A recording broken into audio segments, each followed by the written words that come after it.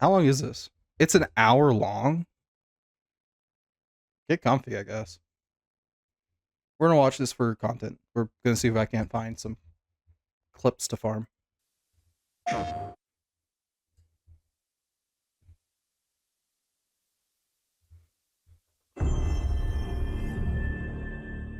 Oh, I should say, the only thing I know is that they announced the God of War like original set as a remake, like they're remaking it. I jokingly said they better keep the like sex minigames. I really actually don't care. In fact, I kind of think they're awkward, like because they're just like in the middle of this very bloody fucking game. But there's one I liked. I'm not gonna say which one. Actually, I probably should. God of War 3's I just liked that one. That was the only one I really liked. But it was still like super awkward because all of a sudden Kratos is like, "Oh, Aphrodite, I'm going to bang you now," and it's like, why? What? Huh? Anyway, yeah. I should stop talking. Stop talking, Gwent. Just watch the damn video.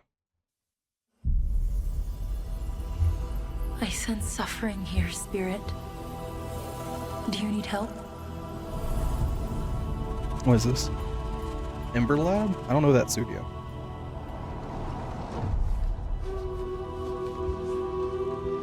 A spirit guide?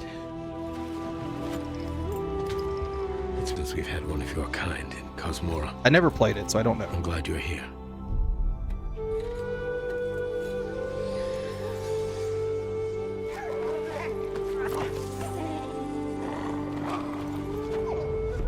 That temple has been sealed. Is this actual gameplay? As long as I can remember. Dangerous. It looks like actual gameplay. Was locked inside, along with the secrets of forgotten practice. This is on the PS5, right? Dark Souls. I saw that parry. Oh wait, this is the. Isn't this the like new Rare game? Did Rare rebrand? Once used alchemy to cleanse corruption. Maybe you can do the same. Okay, actually, I kind of dig this. I dig the like druidic, magical vibe.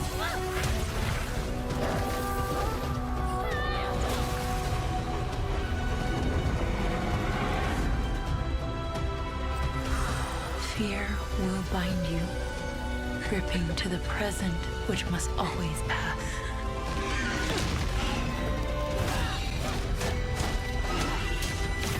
Regret will bind you, longing for the past you cannot change.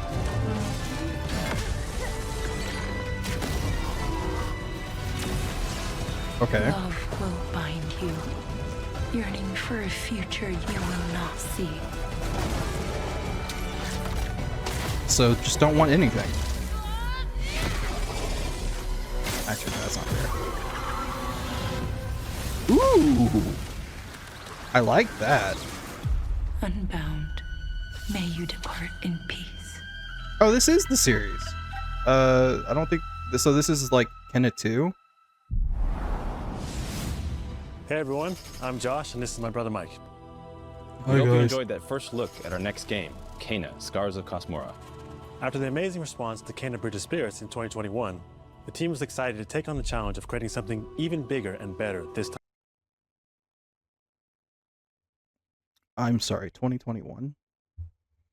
I'm not that old.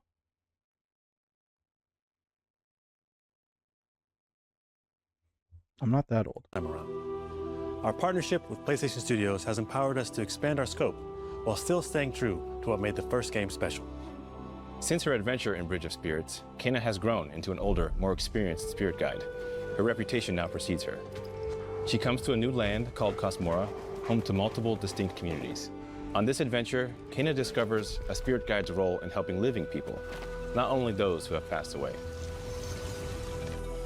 With PlayStation Studios support, we're building on everything that fans loved about the first game. Deeper, more dynamic combat, epic boss battles, a larger, richer world, and of course, are charming spirit companions. I mean, I didn't hear much about the first one. I mean, it was 2021, so like Doom and Animal Crossing and a bunch of other games were out. And there were other things that like I was interested in, so like I probably just missed it, but like I didn't hear much about this game. Kena, Scars of Cosmora releases on PlayStation 5 and PC. Thanks so much for watching, and enjoy the rest of the show. I mean, the game looks quite beautiful. I just don't have much of an opinion on it, you know.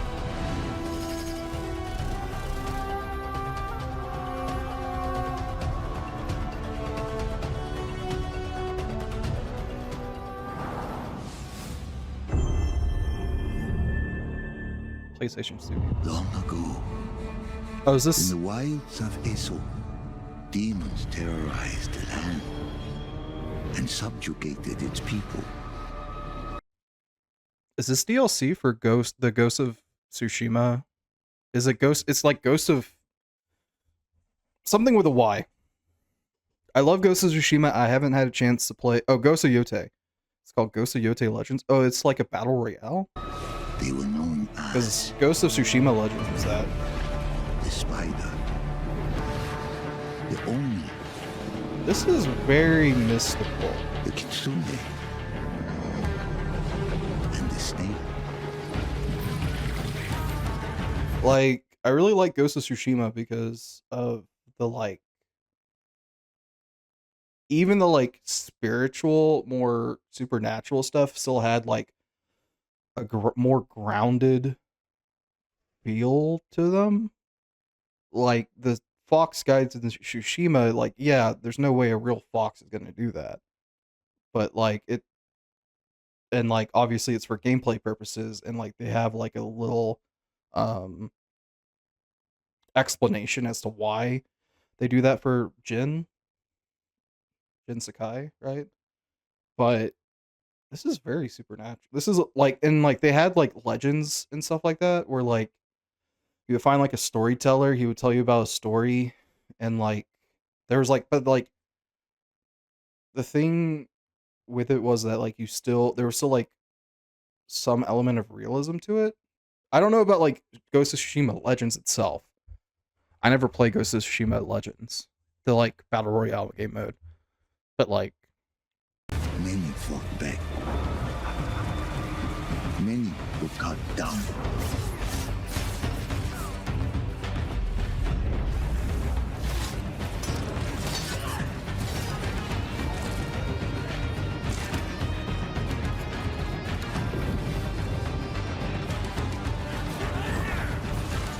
team up against the demonic Yote 6. Oh, is this more like a Monster Hunter type deal? Nothing can stop the true warrior Like from they've. vengeance. Oh, is that supposed to be Jin? Not even death.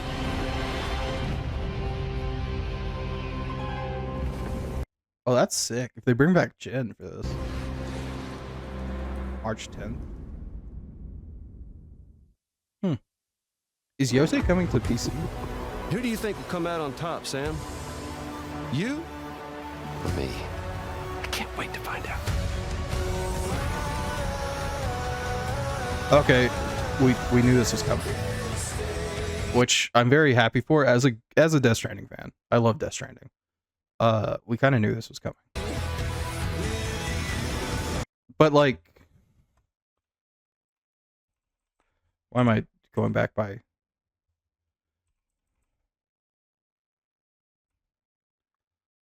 I think this is a different mask from what I watched a VOD. I watched a VOD of someone playing Death Stranding 2.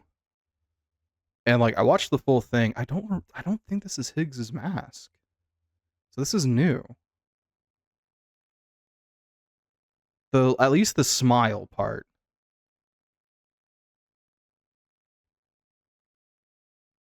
Maybe it's not new. It's really eerie looking though.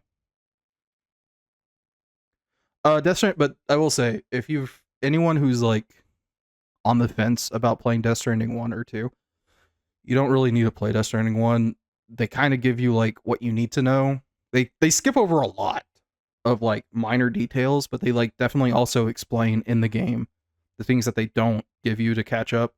They also explain, because Kojima's like, yeah, a lot of people were kind of bounced off of, like, they bought Death Stranding 1, played it for a bit, and then stopped because they just found it boring or something like that.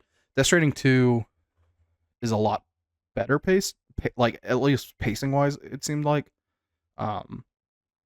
Death Stranding 1, you had to like very much invest a lot of time to get to like the fun, interesting stuff that they had developed. I can't wait to find out.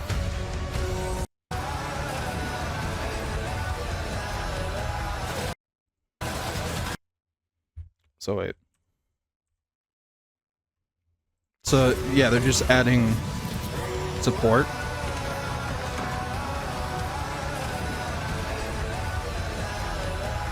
So it's like, it's Death Stranding 2 on the Beach Director's Cut, right?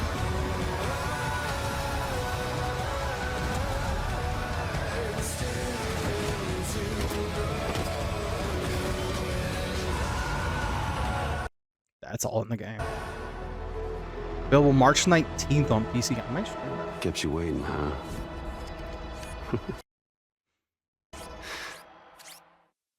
Oh my god, I forgot they do that. Kojima is like so self-aware. He had a robot. Hi, I'm Mike Booth from Bad Robot Games, and game director of 4Loop. As a game designer, a core goal of mine has always been to make game experiences that offer interesting surprises and unpredictable moments that never get old. The result is 4Loop, an emergent, challenging, 4-player combat sandbox where you and your friends succeed through cooperation and improvisation, and where no two runs are ever the same. That is so fucking hard to do. Wait. Where no two runs are ever the same? Ever? That's... No. I'm sorry, but like... That's just... PR, like... sensational hype talk. I'm sure there's like... It's like, there's a lot of variance between each run. But... At the heart of 4Loop is a probability map, which combines alien technology and human ingenuity to plot your best path forward to defeat the invaders. Each node represents a different mission, with its own risks, rewards, and surprises. Everyone votes to choose the next mission. Once you've chosen a node on the probability map, your team will teleport into the mission. You may have to collect mission-critical resources, or even rescue survivors that can offer cool upgrades for your gear, all while trying to avoid the alien forces constantly sending drop pods and kill bots to stop them. This seems like PvE arc raiders. We've worked hard And I don't to mean that ensure as like a that there bad are thing. tons of items to choose from, and a lot of strange creatures and mysterious things to encounter. For example, this weird alien plant is called a blink root, where you can collect a blink berry, which will teleport anyone who touches it to a random, distant location. All the various enemies, weapons, items, and mission objectives are all designed to interact with each other in dynamic ways that create emergent gameplay and endless, replayable chaos. That means your decisions really matter, and creativity and... I'm gonna be honest, and like you can kind of see it, unfortunately, in this trailer. Playable chaos. That means your... Like, look at this guy. I'm not like trying to hate on the game. I'm not trying to hate on the game. But like, this is like the issue with like these types of games, is that decisions really matter. The AI doesn't know what to do in this clip. Like in this like 5-second shot, the enemy AI is Your trying decisions to really matter. run into this pod thing because it doesn't... I'm guessing when it was like, oh, I found a path to move, I'm going to move that way. This pod wasn't there, and then this pod was here. I want to back up because I had it muted, but like it creates like it's very hard to make it smooth. So like either they've had this in development for a very long time, or I'm a little sketch. to try things and think outside the box, like hacking an alien terminal to provide intel to the rest of the team, or being bombarded by killbot drop pods, or barely escaping with your life. And if you do die, don't worry. So long as one of you makes it back to home base, you'll be reprinted and ready to try again. The home base is a place for your team to readjust their strategy, evolve your loadout, and choose rewards from. Man, I'm so fucking, like, I'm not trying to hate on these types of games as well, but like I'm just so also disinterested in these like massive multiplayer like shooter type games. I get it, there's mass appeal for them and there's a huge market for them. They make money. All more power to them.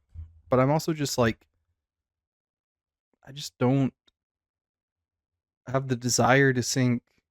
And like this is like also a core issue with this is that like you have to do a lot to get people to drop like the game that they're playing to play this other game, right? Like card games are facing this right now where to get people willing to invest the time to learn the card game, to get the game pieces for your card game, to get the things to just play your card game. You have to have something very, very interesting to that person, which is so hard to do and takes a lot of time to find. Because otherwise they're just gonna be like, oh, it plays like the card game I'm already playing. I'm just gonna continue playing this other game, right? I think that's like a huge issue that the League of Legends card game has faced and is continuing to face. Because a lot of people saw Runeterra. It didn't play a lot like, it played a lot like Hearthstone, but there was a lot of choices and things going on in the Runeterra card game that differentiated itself from Hearthstone and made it interesting to me as a card game player. But there are a lot of people who just saw it as like another Hearthstone clone, right? This happened with MOBAs. This happened with MMOs. And it seems to be happening now with this. And I'm not like hating on it. It's just like how the industry goes. But I just find it so disinteresting. Increasing array of powerful gear and upgrades. Each act of the probability map culminates in one of multiple boss battles. This is the Scanner Boss, a huge geologic surveyor that scans for flux deposits to harvest. Its scan fields are very lethal, creating a dynamic obstacle course of lasers to avoid while attempting to destroy the boss itself. Because the scanner's body rotates like a 3D puzzle, you want to spread out and attack it from all sides. Okay, so I've identified an issue with this game, and maybe the answer is provided within the game itself, but an issue I'm seeing is what happens when you get a griefer? What happens when you get someone in the game who just like decides to grief? Or you have someone who like doesn't get the like pieces of the gear, like the gear that they want for the run, right? Like, and they just end up throwing, because like it seems to me that this game wants to be a team-based shooter, right? And so either you force people to play with their friends only, which like we've seen that happen with Destiny, and like it creates like a very isolating experience. Or you have a random lobby generation, which opens up the griefer issue. Or you have like a mix where you can like solo queue, like you can just play on your own, but like it seems like this game is balanced around playing with other people. So like, and it seems like they want you to have 4-player lobbies. I don't know. Like whenever you have like a multiplayer cooperative thing and like people are expected to like behave and be on the honor system, it's kind of sketch to me. It's like very open to like potential griefing and such, unless you have systems in place to stop it. And that could be because I played a lot of League of Legends where there's a ton of that shit. I've just seen it a ton where like someone comes in, they've had like a bad game or two, or they've had a bad day, and they just ruin your game for you, right? And they ruin your time and everyone else's time in the lobby, or they just get off on that, right? Like that's just like their entire personality, and that's like what they enjoy doing, and they get off on it. There are some people just don't have the best intentions, and so like you have to like set up potential barriers or like means for your players to not have like a bad experience, and I'm very curious to see how they try to do that. This is the scanner boss, a huge geologic surveyor that scans for flux deposits to harvest. Its scan fields are very lethal, creating a dynamic obstacle course of lasers to avoid while attempting to destroy the boss itself. Because the scanner's body rotates like a 3D puzzle, you want to spread out and attack it from all sides. All, of course, while avoiding the slow-moving, lethal laser grids. Okay. Our goal here is to create something new, where every run has you yelling and laughing and saying, "I can't believe that just happened." We're currently in pre-beta, so there's still plenty of polish to come, and we need players like you to join us in upcoming playtests. Your feedback will be invaluable in helping us make this game truly great. We can't wait for you to play it for yourselves. Now, go and fail to save the world.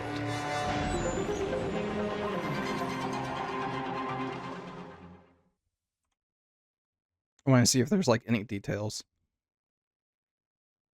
So yeah, they wanted this to be like a 4-person. It's also coming to PC. This is streamer bait. This is like co-op streamer bait. Like your favorite streamer's gonna play it. You're gonna be like, oh wow, cool. What's this? That's the Earth. This is Pragmatica. Pragmata. Yeah. You really can make everything with lunafilament, huh? Looks a bit like New York. Is that a place on Earth? Can't believe we haven't found any survivors. I haven't seen anyone besides you since leaving the vault. All alone, huh? I know the feeling. Hey, Hugh. What were you like as a kid? When I was young, I was in an orphanage. I was a lot like you. I had a few bumps along the way. But I had someone looking out for me. And now it's your turn.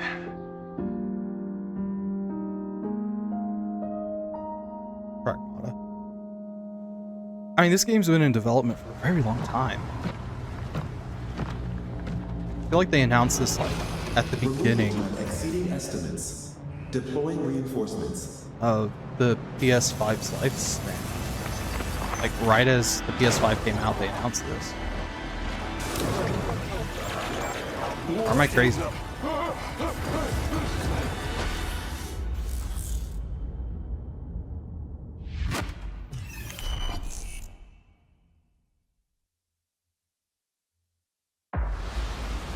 That's 6 now.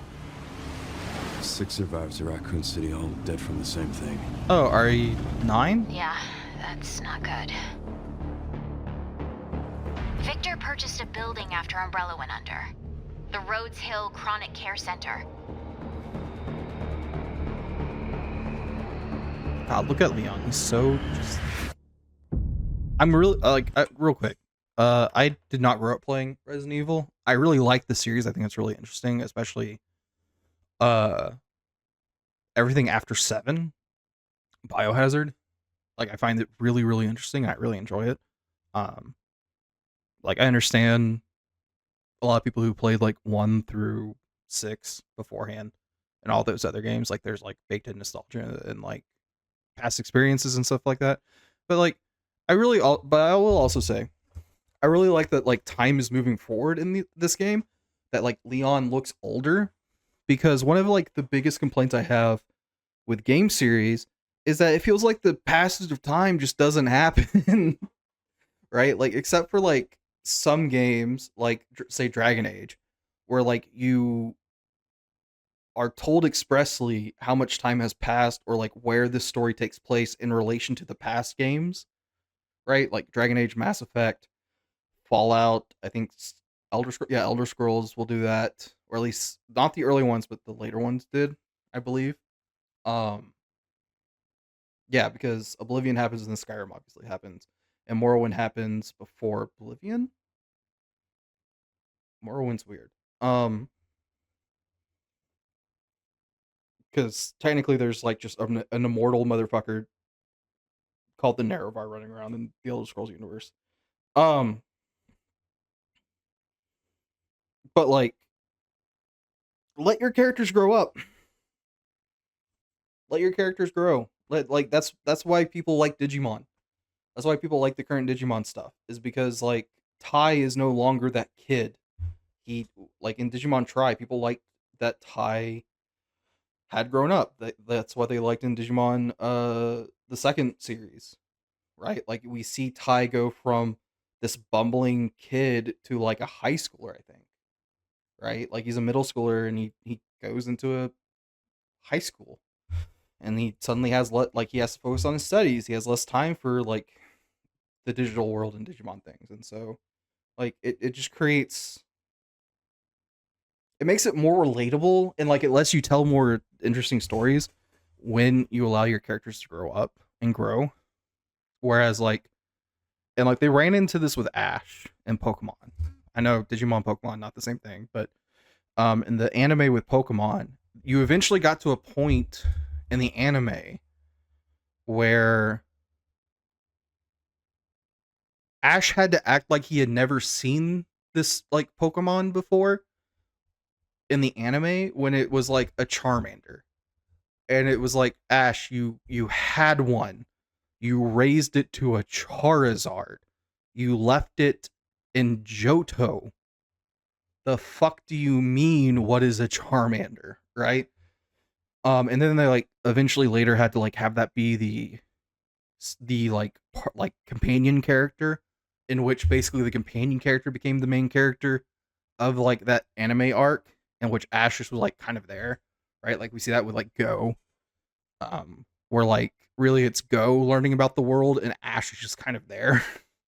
Like, and we have a conclusion to Ash's story, but like really and truly, like Go is the one going through a lot more change and a lot more growth than Ash, I think you could argue. Maybe like the like later half it becomes more about Ash, but like early on it's very much about Go and like Go's journey. But anyway, TLDR, let your characters fucking grow up. Let your characters get old.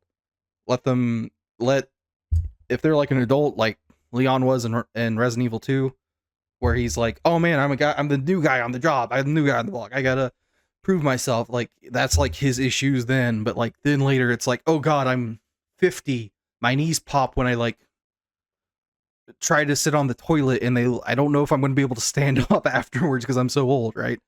Like let those be his issues, right? Like it just creates more interesting diversity in the story, I think. Whereas like we can't, Peter Parker can only stay a teenager for so long before it's like, okay, we've done this story before, guys.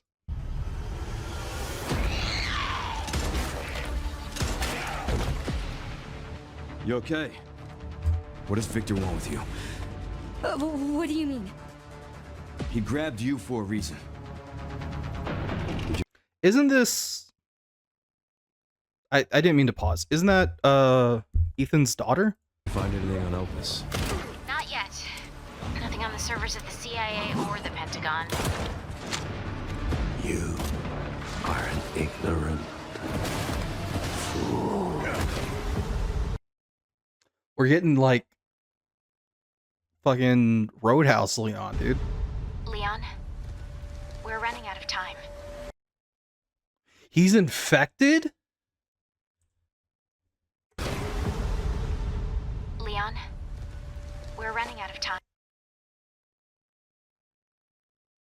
Dude, he gets infected? Did they like retcon that?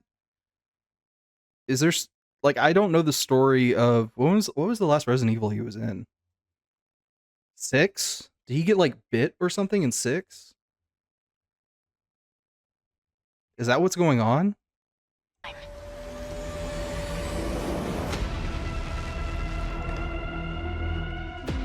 Why me?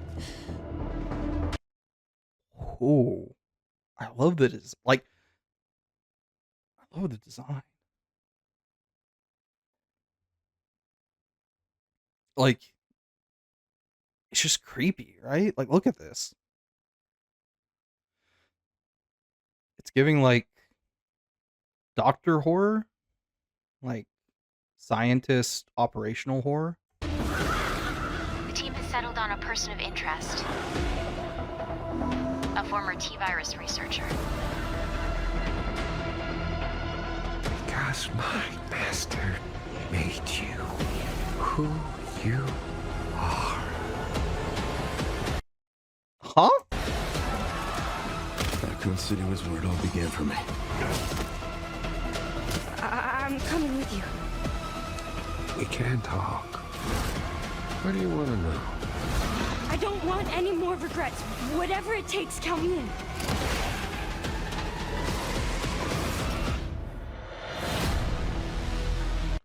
So like it seems like we're going back to like the T-virus like zombie stuff. So like the past two mainline games have dealt with like this mold. It's like, if you don't know, spoilers I guess, like Resident Evil 7, the virus is like a mold, or like it's airborne. It's weird. It turns into like a sentient mold almost, and like starts infecting people and taking over them, kind of like how the Last of Us stuff kind of goes. And then in 8, you kind of have like a return of that, but like instead of like the monsters that you're fighting aren't like zombies or like mold monsters. For the most part, they're just like horrific scientific experiments, which is like fine. And like each one is kind of like themed differently. Like Lady D's area is more gothic horror. What's his face is the well, Ethan Winters guy is like more industrial horror themed. So it seems like we're going back to like kind of like zombies and stuff. That's kind of cool. I'm kind of okay with that. It's been a while since you've been back there.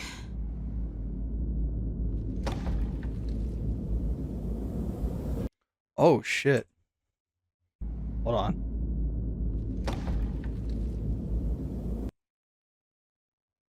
Oh, okay. That's just facial hair.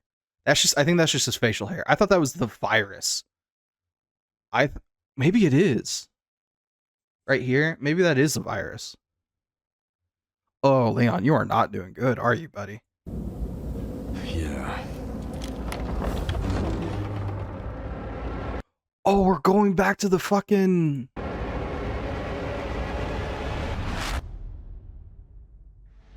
It's coming out this month?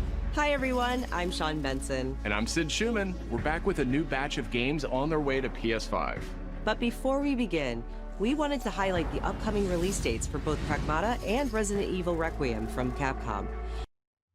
So, Pragmata is coming out April 24th. Resident Evil Requiem is coming out like at the end of the month. Fuck, I forgot Resident Evil Requiem was coming out so soon.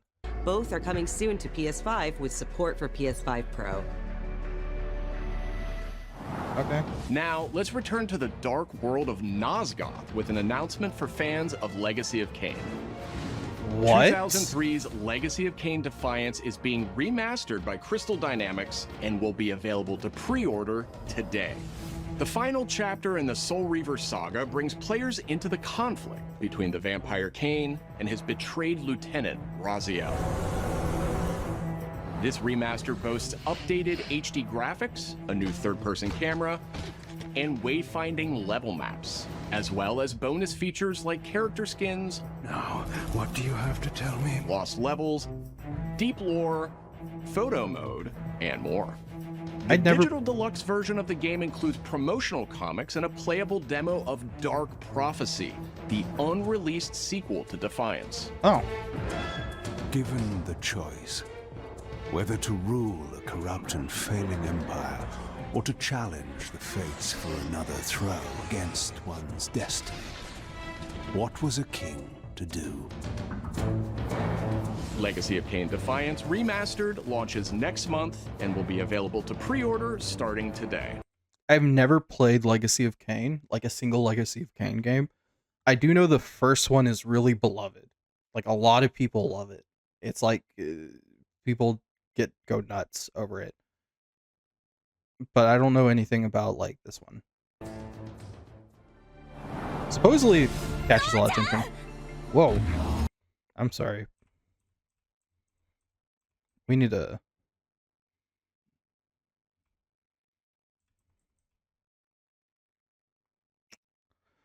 Ma'am, what's going on with your other chest? With your other chesticle? Like,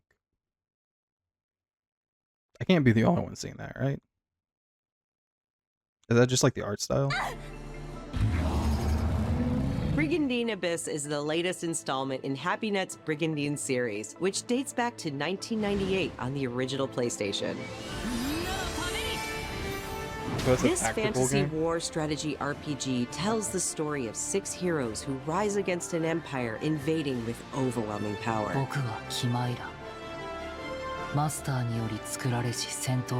Enjoy deep strategic gameplay with over 100 unit classes, including knights and new types of monsters.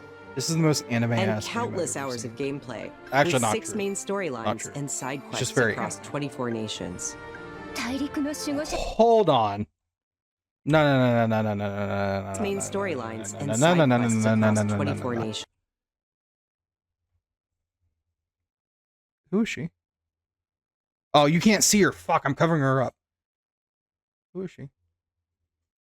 What's her at? Someone got the at? What's her OnlyFans? Can I follow her on OnlyFans? I don't. What's her at? All right. Sorry. I had to be. Wait, hold on. What's the actual? What's actually the last group? I want to see the last, actually see the last group. Because they seemed like they were thematic. Oh, dolls! Like, kind of like fairy tale-esque.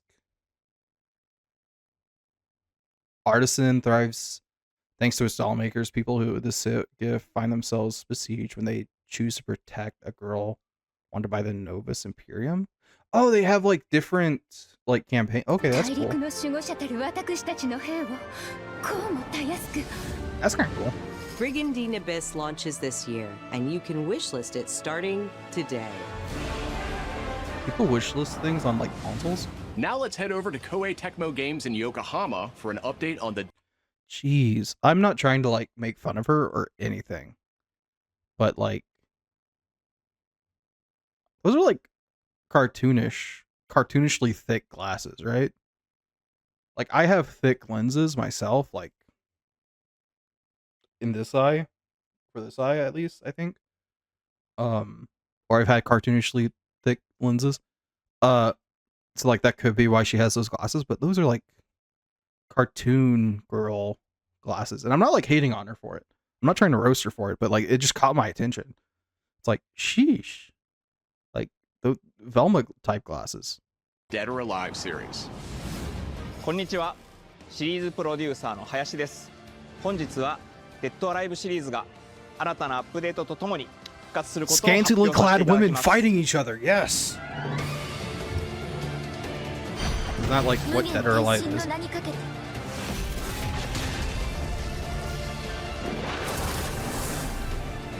Oh wait, didn't they tease this with like Chun-Li and Mai walking up to each other and like pressing their chests ダウ together? ンロードコンテンツとして追加配信したキャラクターをセットにし、プレイステーション5用の最適化、 Look, they know their 新 core 規コスチュームの audience. 追加、 They're showing the like hot women.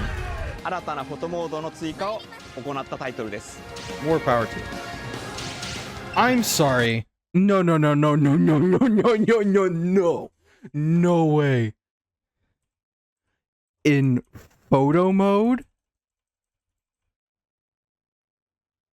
Hold on. モードの追加を行ったタイトル。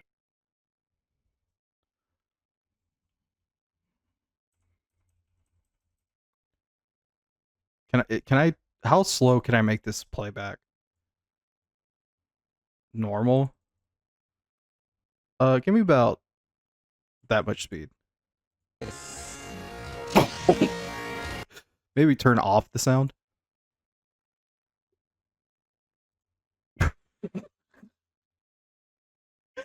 I'm sorry, what?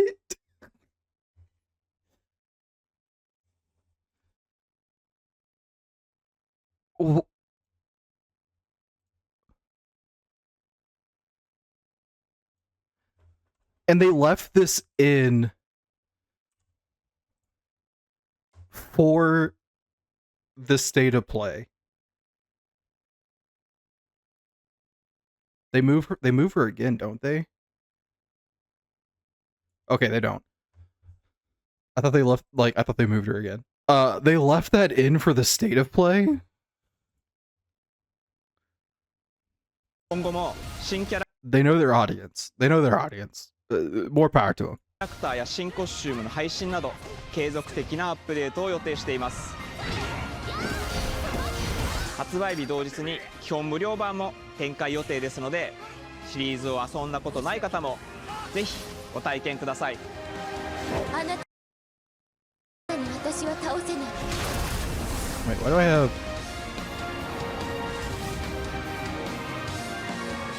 Did I accidentally turn on closed captioning? デッドアライブは1996年から展開している対戦アクションゲームシリーズです。数多くの作品を世に送り出して今年で30周年になります。そのタイミングでこういった発表できることを大変嬉しく思います。 Okay, actually, this pin goes so fucking hard. I don't know what it is. I don't know what it's supposed to represent. I just like that it's like a color wheel. I like it. I think the KT stands for Koei Tecmo. And like maybe this is like part of it. Maybe because like the Koei Tecmo logo kind of looks like that, I think. It just looks good. Like I dig it. I dig it. では最後にこちらの映像をご覧ください。 Hold on, wait. I gotta know. Was he wearing like a full-on suit? Or because no, he's wearing a t-shirt with it. Okay. So in college, one of the things that they told us while like we were doing like game development stuff was that like don't show up to like an interview in like a suit and tie or like a dress shirt and tie. Like don't look like shit, right? But don't like dress up, and especially don't dress up for work. Most of your that's like for game design, game creation, stuff like that. That's like kind of like the vibe they told us. And so I always find it very interesting whenever like we get these like showcase announcements and stuff like that, and like we see what they're actually wearing, and they're right. My teachers, my professors, and like the people in general were correct. These people are not wearing like suit and tie and stuff like that. They're wearing like kind of like business casual, kind of just like casual, formal, laid back wear. Like I would rock this. I would. 1996年から展開している対戦アクションゲームシリ In ーズ。 fact, if I could wear like his ensemble to like a formal event, I'm gonna just mute this while I talk. I would absolutely like this like t-shirt.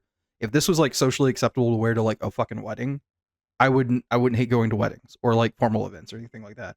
But it's not. So I fucking hate it because I have to wear a suit and tie, and I hate dressing up. Big guys hate dressing up. It's not a secret. I think most big guys like voice this.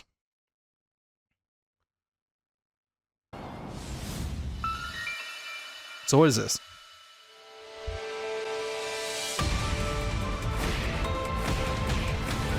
Ninja Gaiden? Or is it Dead or... It says like something about like Dead or Alive to me.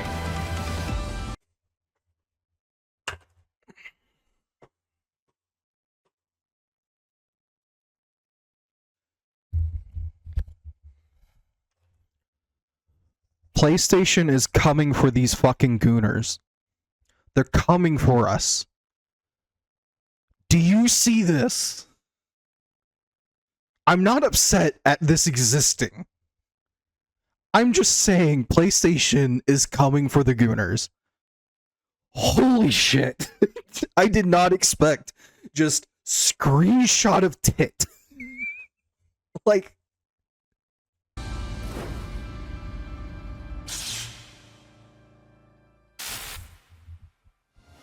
I gotta know the like I gotta know the fucking scripting, like when they were like making the script for it. Was it camera pans to show just busty woman's cleavage? Like, was that the fucking note? Oh,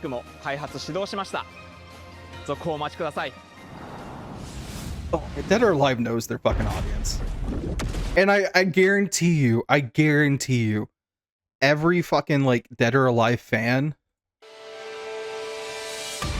knew who this was based off of these like still shots, and then like this slow pan in like on like they're like, oh, is this who it is? Is this who it is? Chest. They know who it is now. They know exactly who that character is. I'm not hating on y'all. I'm not hating on Dead or Alive fans. Y'all are I know y'all. I know how y'all work. What is this? Oh, is this the new Control game? It seems to like be like in this more in the city. Control Resonant. Zoe, I see the spotlights. And you're getting closer. Listen, Dylan, we're getting distress calls from the theater, but research thinks we might have a Resonant on our hands. No one should have survived that.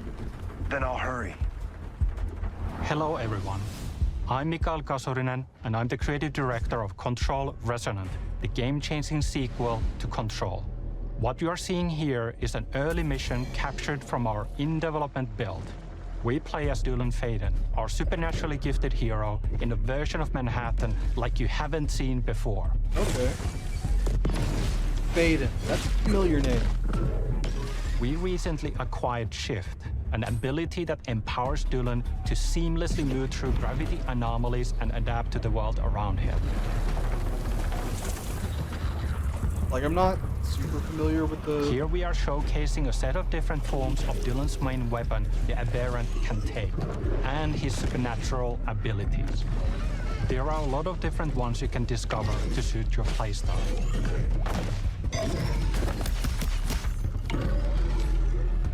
I'm not super familiar with the Control lore, but I feel like Faden... Maybe it's for Magic. There's a Dak Faden. But I feel like Faden is a familiar name from the Control universe. We I just encourage can't you to remember. play aggressively, balancing between melee attacks and abilities. It looks so good. Any updates for me? Kind of.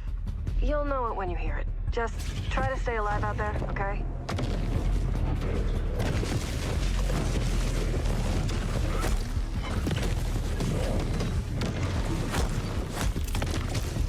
Almost there, Zoe.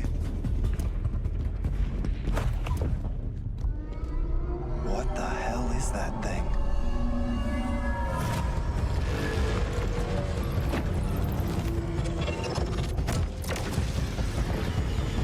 That is sick.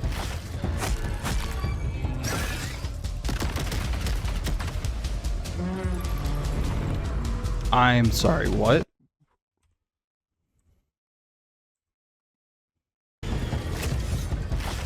I'm gonna need an instant replay on that one. Run that by me again, Chief.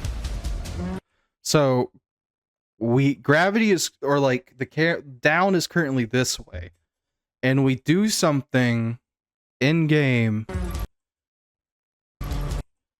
where the game shifts the camera and then changes the downward direction, because you're like, that is actually really fucking cool and really fucking hard to do. Wow. Actually fucking wow. Unironically. Like, Control, the first one, had a lot of really just insane gameplay, like, in-engine, things that, like, you see it, and, like, if you know anything about making a game, working in a game engine, you're like, how the fuck did they do that?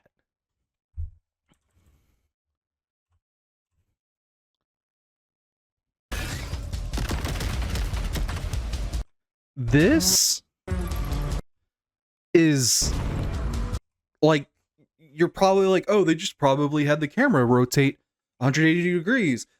No, they also had to like have it to where like Faden, whatever his name is, Faden, his gravity, if you will, his like falling, because like he's jumping and he's falling. Yes, he can slow his fall, but like he can't fly, right? He's not like, not like he jumps and he just hovers there forever. So like there's something in the game's code where the game is going, hey, go downward.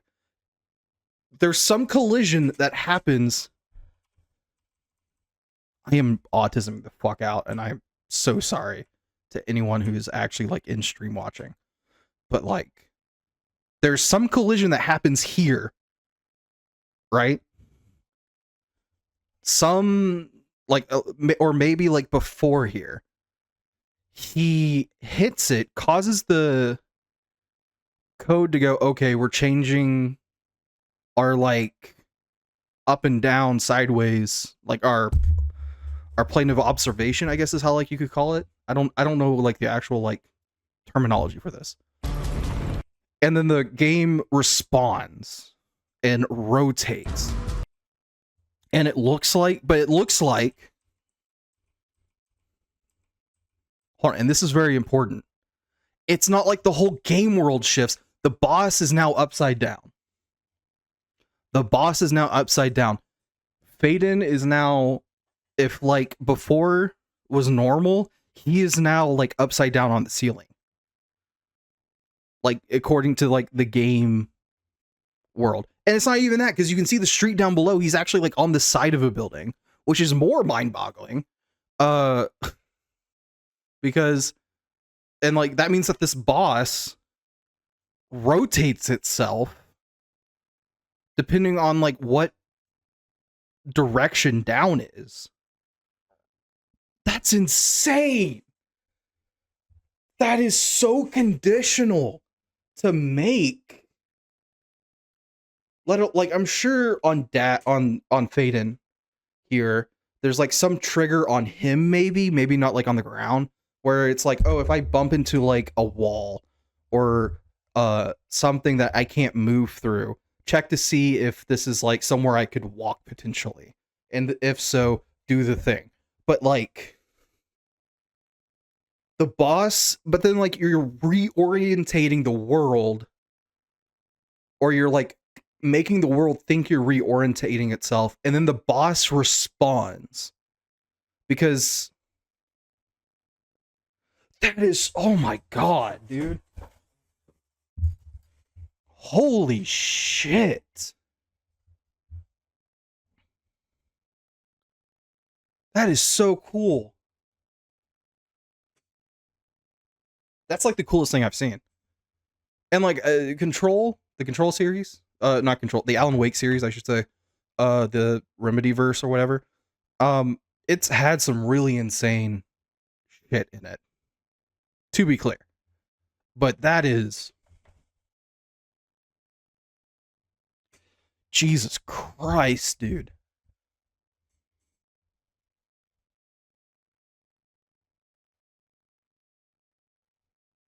They took the money that they got from Alan Wake 2 and Control, and they put it to good fucking use. I'm going to tell you that right now. You can't fucking convince me otherwise, because this is insane. They fucking invested that shit into, like, really talented employees. They found really talented employees and people, and if they didn't have them, they found people who could teach them. Because this is fucking impressive. This is actually insane. Because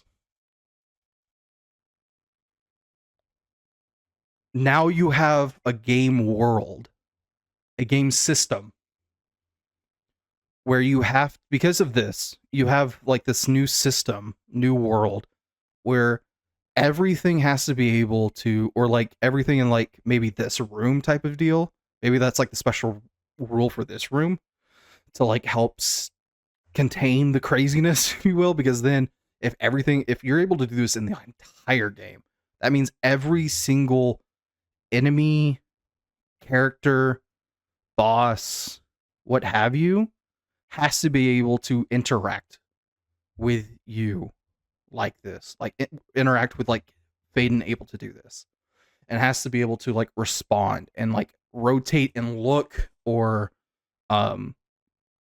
try and move, or like the AI has to like alter itself accordingly.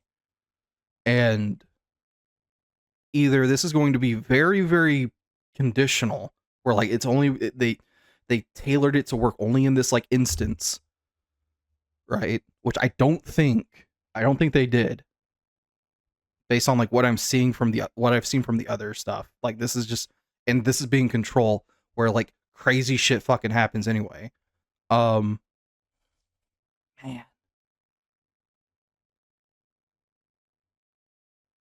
Is this where I say, Sam Lake, you hack? Would Bricky be proud of me? Is Sam Lake still working for her? Is he in charge of Control Remedy? I don't know, but like, holy shit, dude. Actually, no, Sam Lake is the writer. This has nothing to do with the writers. This is just impressive, and like the fucking programmers are insane. I hope they get like, I don't even know. I don't even know what would be an adequate reward for this shit, because holy fuck, dude. Anyway, I'm done geeking out about this.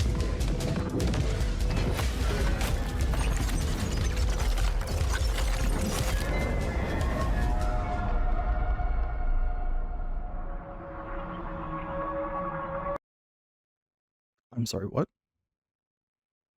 Oh yeah, no,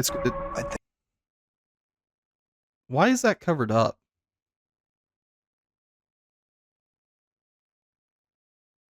Why is that covered up? Isn't that FBC, Federal Bureau of Control? Shouldn't that be prominent? I think I hear something.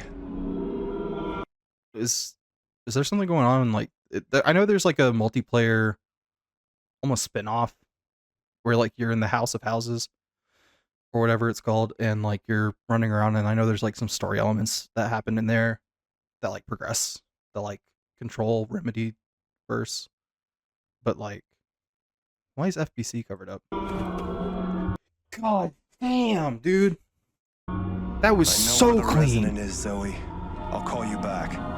Resonants are the dominant threat in what's our most ambitious game to date. And we can't wait to share it with you later in 2026.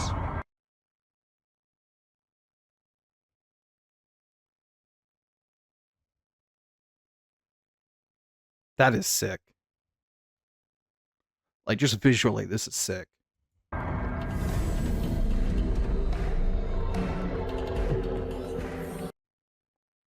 Who is this?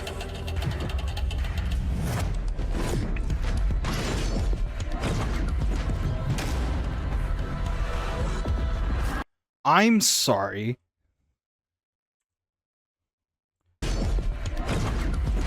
I'm gonna need to see that again. She spawns 1, 2, 3, 4, 5, 6, 7, 8 arms. Am I counting that right? 1, 2. So 8? Is 8 a significant number? I don't know. And then pulls people from like the floating crowd, if you will, and throws them at you? That's cool. That is cool. Long ago, what is you this? were made for this night. To save... Dude, I don't even... something called Crimson Moon. Being the follow-up on that, like, you guys got cucked. Like, I would be upset sucked. Because how do you follow up on that? The age of man. Half human, half angel. They call you sin. I call you salvation. What is this doom-ass music, dude? What? Is this like Melee Doom? No. It's third person, over the shoulders Dark Souls Doom? Okay. What? Multiplayer? And you can like change how you look, which I assume changes how you play? Kind of like Mortal Shell? Okay. Oh. That looks sick. I won't deny that. Paladin Angel Timmy's fucking rejoice.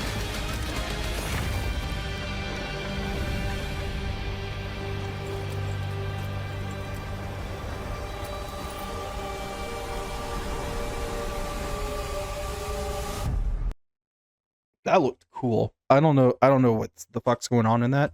Oh, cool. Created by probably Monsters? Is that the studio? It looks like it's the studio based on like the logo stuff down here. So it's like an indie-ish game. It doesn't look terrible. It's just being a Souls-esque game is really rough. What is this? Is this the Game Freak game?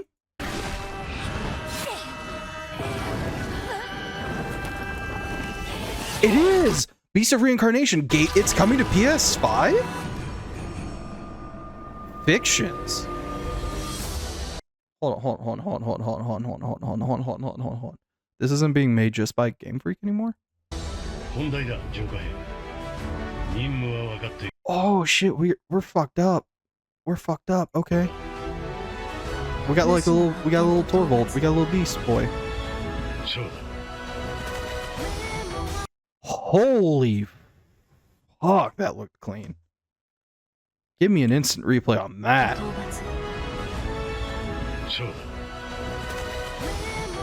Ooh, yeah. Sekiro type shit. This is very Sekiro, actually.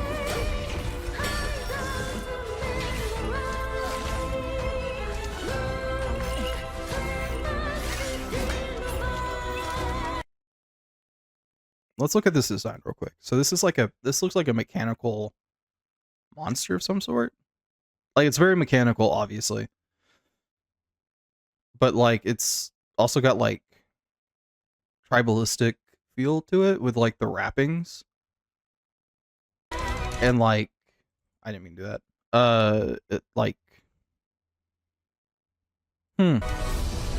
I dig it.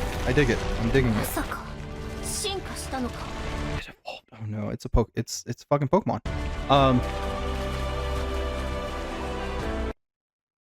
What happened to our doggo?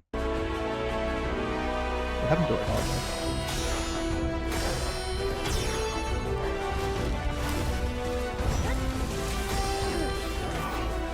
Oh, this is sick. It's not just Sekiro. Oh, that's awesome. I need to re-see that.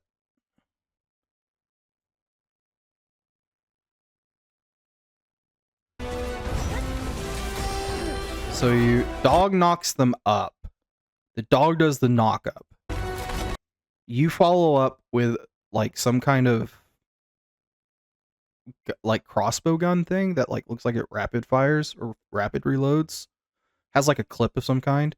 You fire these like homing arrows or whatever. He's in the air and then you can follow up and continue the air combo Is that you? Or is that like an enemy?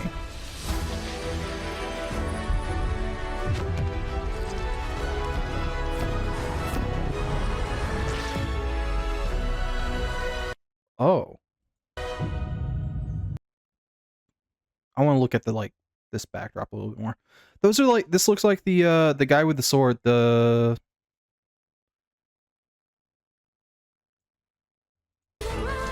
this guy. They look like this. So like, have these guys been around for a while? Do they have like, are they like their own civilization? I'm very invested and interested in this. I don't know if I'm going to stream this one. I might. It depends on when it comes out. But like, oh man. August 4th, 2026. We actually have a release date now for this game.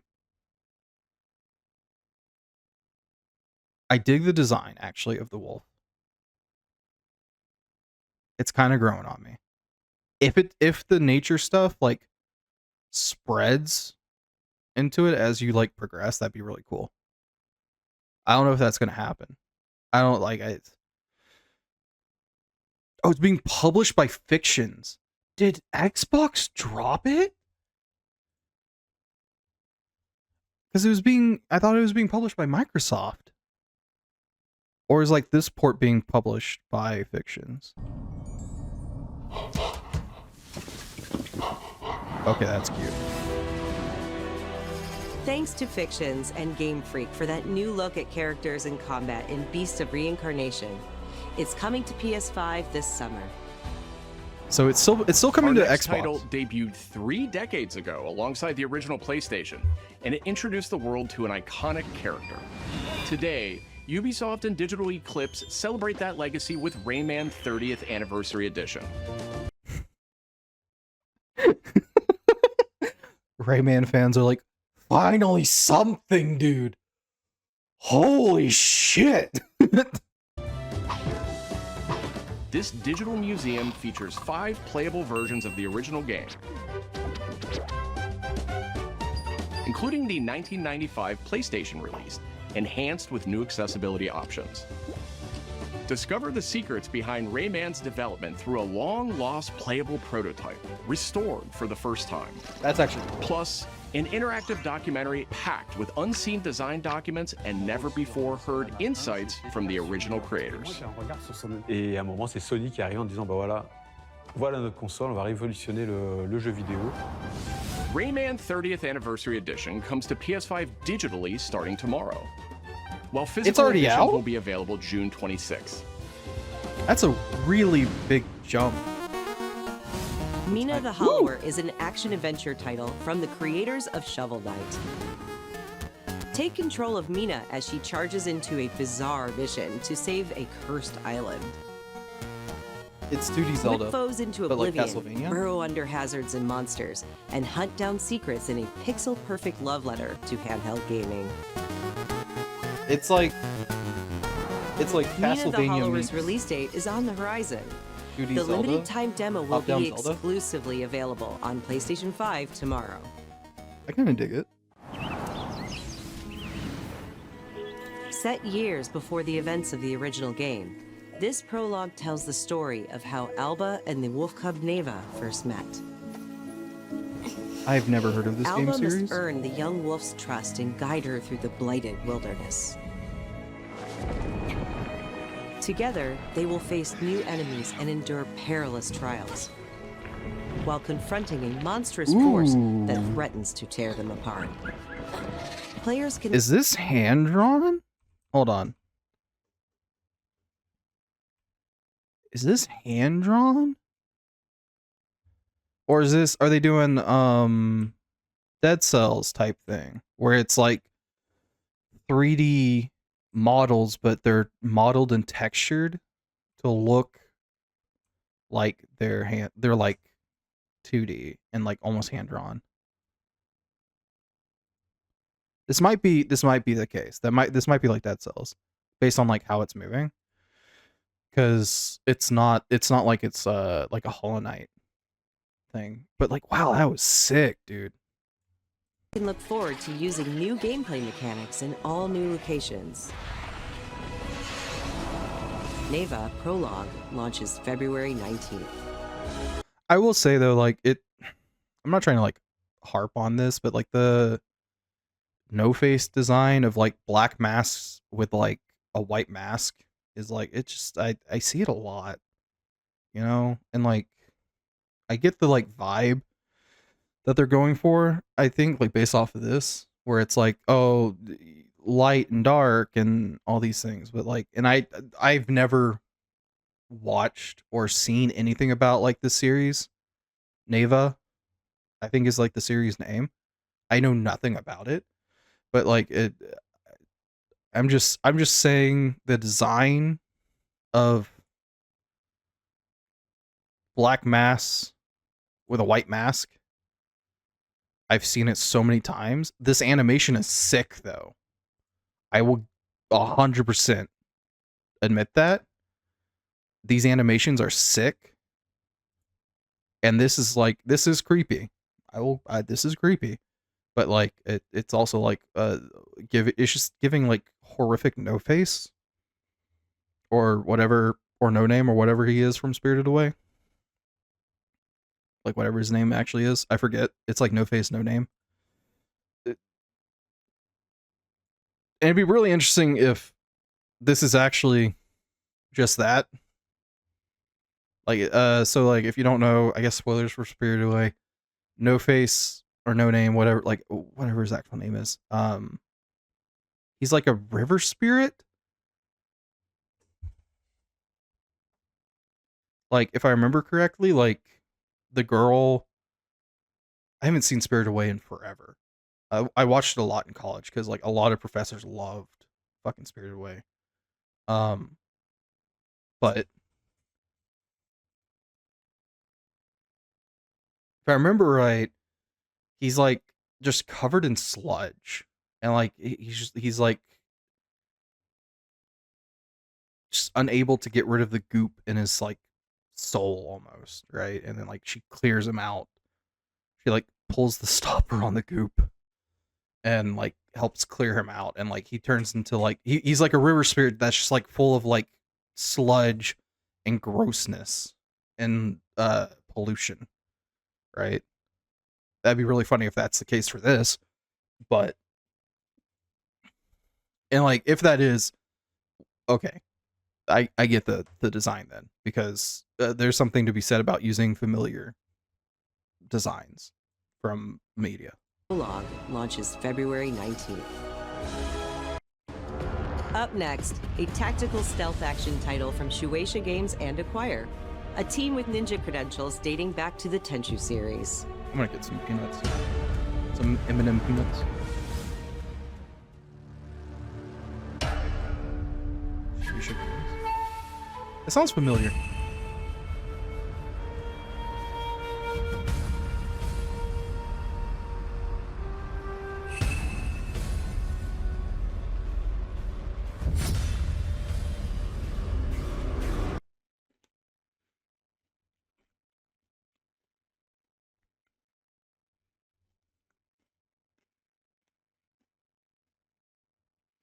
Ma'am? Ma'am?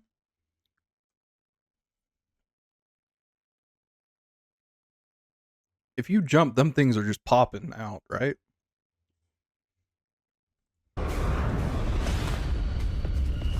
Or maybe that's their tactic. Oh, this is cool.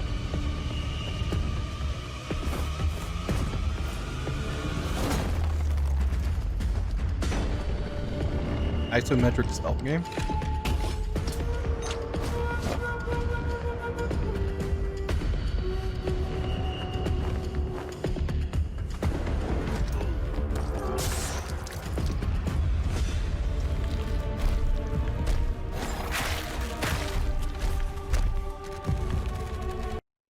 Oh no. Oh no.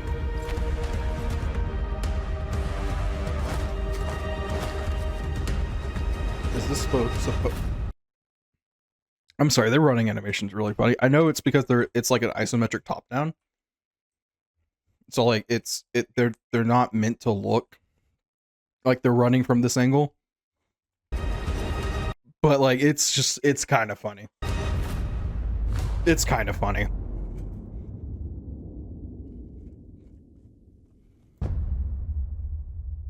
The game looks cool. It looks like a neat little top-down horror game. Horror stealth game. I'm sorry, what? I'm sorry, what? Again, I'm sorry, what?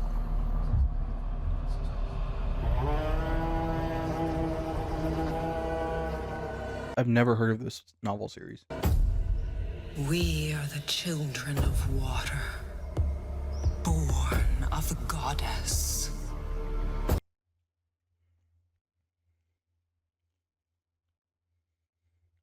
I'm getting like Hindu vibes.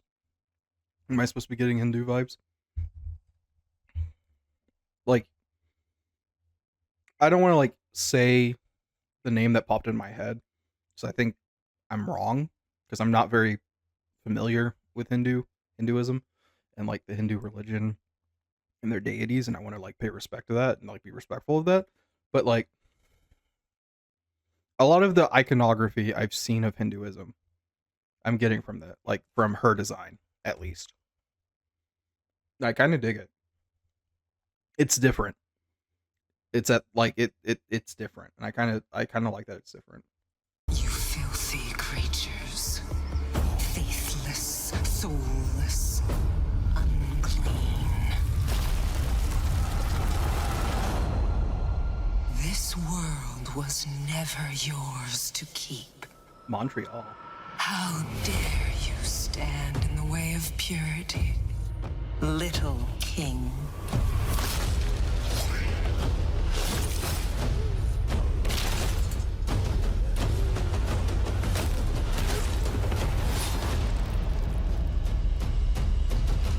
I'm sorry, what? Oh wait, I think I heard about this.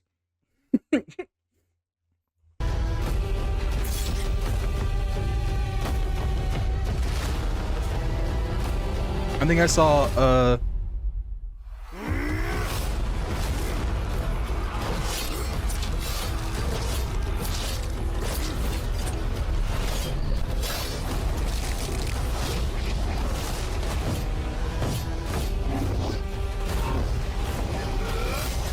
damn, that's sick.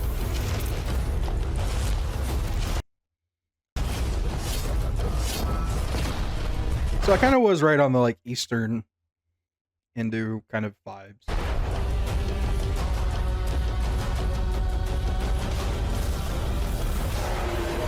Oh, that's sick.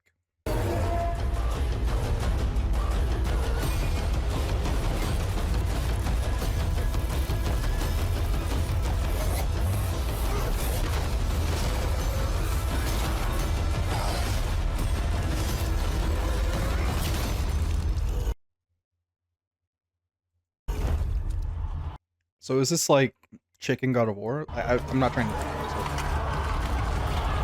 it. The two swords, the like changing of the battle style.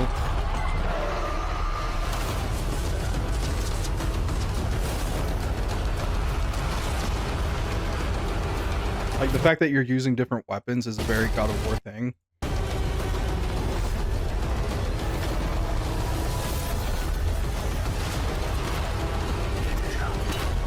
And like maybe you only have the two swords and the spear.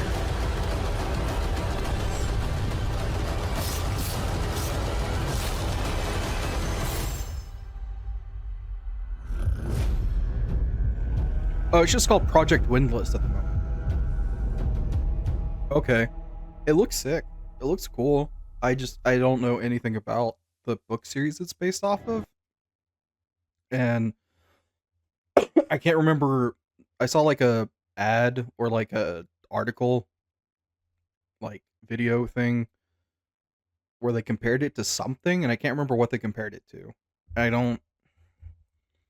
I remember seeing going, huh, cool idea, like cool idea, whatever, and like moving on. So I kind of Our newest racer has arrived. Welcome to the Galactic League. Okay. Since you're here, Why not take part in a friendly exhibition race? Is this pod racing?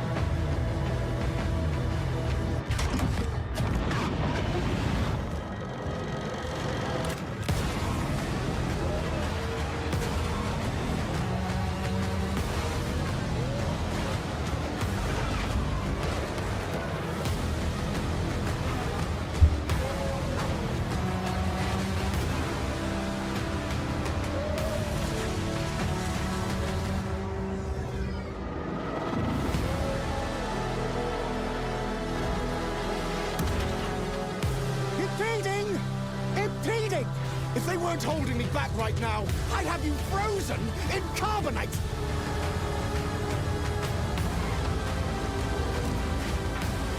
So is this just a racing game?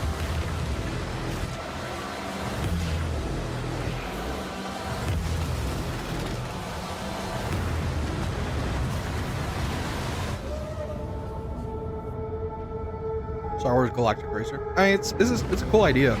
I was hoping that it was like the KOTOR spiritual sequel or whatever.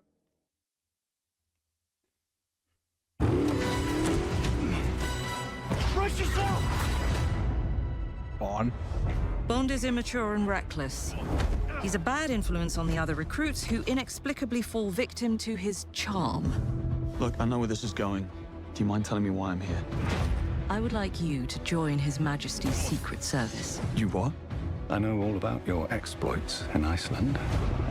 I strongly believe that there is a need for such heart and intuition in modern spycraft. That's the very reason I'm bringing back the Double O's. Need I state the obvious? He is not ready. James, the service is over. You're a rare breed, Bond. I should be interested to see what you do next. 009 will employ every manner of subterfuge to avoid capture. Try not to draw attention to yourself. Or me? Housekeeping, I presume? You seem the kind of guy who knows what he likes. So you won't do anything stupid? Of course not. I'm not an idiot. Agents have very short life expectancy. And if you do get caught, we will deny ever having heard of you. How does that sound? When do I start? So this is supposed to be like a young Bond. I'm gonna be completely honest with you. With anyone watching, with anyone listening. This is very disappointing. This is a very disappointing game to me because it seems like it's just a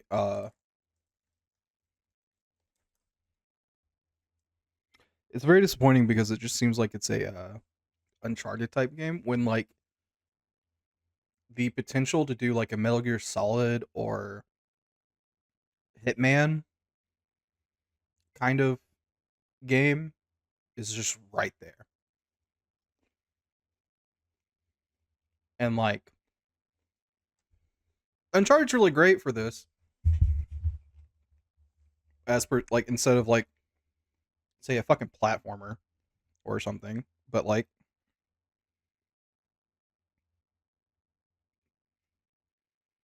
I don't know, I think I would just find this game way more like I would just have more interest in this game if it was like a like in that vein. Right now it just seems like an Uncharted type game, which is again fine. People love those type of games, but I just don't find them. I'm just not finding it very interesting.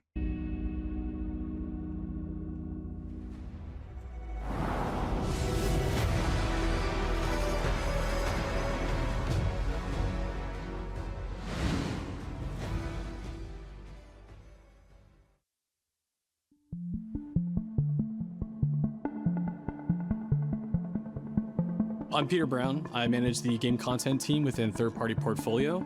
We evaluate games coming from publishers all over the world from indie to AAA.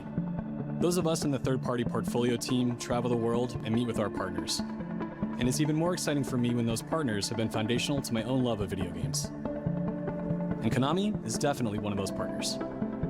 I think a lot of people remember Konami for being with PlayStation in the very beginning, taking some amazing franchises. I'm sorry, buddy. People don't remember Konami for that. I get what you're trying to do. I respect it. But the things that people think of Konami for are Yu-Gi-Oh! If you're like a Yu-Gi-Oh! Player or someone in the card game space. Or the company that fucked over Hideo Kojima. And the company that then took the potential of like a Silent Hill with Norman Reedus and things like that and made slot machine games. That's like, almost thought this guy was shirtless because I thought that was his belly button. That's very unfortunate. Like this looks like a happy trail, if you will, belly button, kind of like belly tummy hair. Anyway, I get what he's trying to do. It's fair. I get it. You're not gonna say the thing that like everyone's thinking when they hear the words Konami. It's fair, dude. But people don't think of Konami as like that. Like, at least like be a little bit self-aware when you say that sentence. That everyone already knew and loved, and injecting them with new technology and new ways of designing video games that we haven't thought of before. We were really impressed when Konami approached us with their list of announcements for today's State of Play. So to mark the occasion, we wanted to try something a little different. We join you today from Konami Creative Front Tokyo Bay, not only to share some really exciting reveals for upcoming games, but also spotlight some of the key talent behind them. We're really excited about the diverse lineup they've brought today, and we hope you will be too. Enjoy.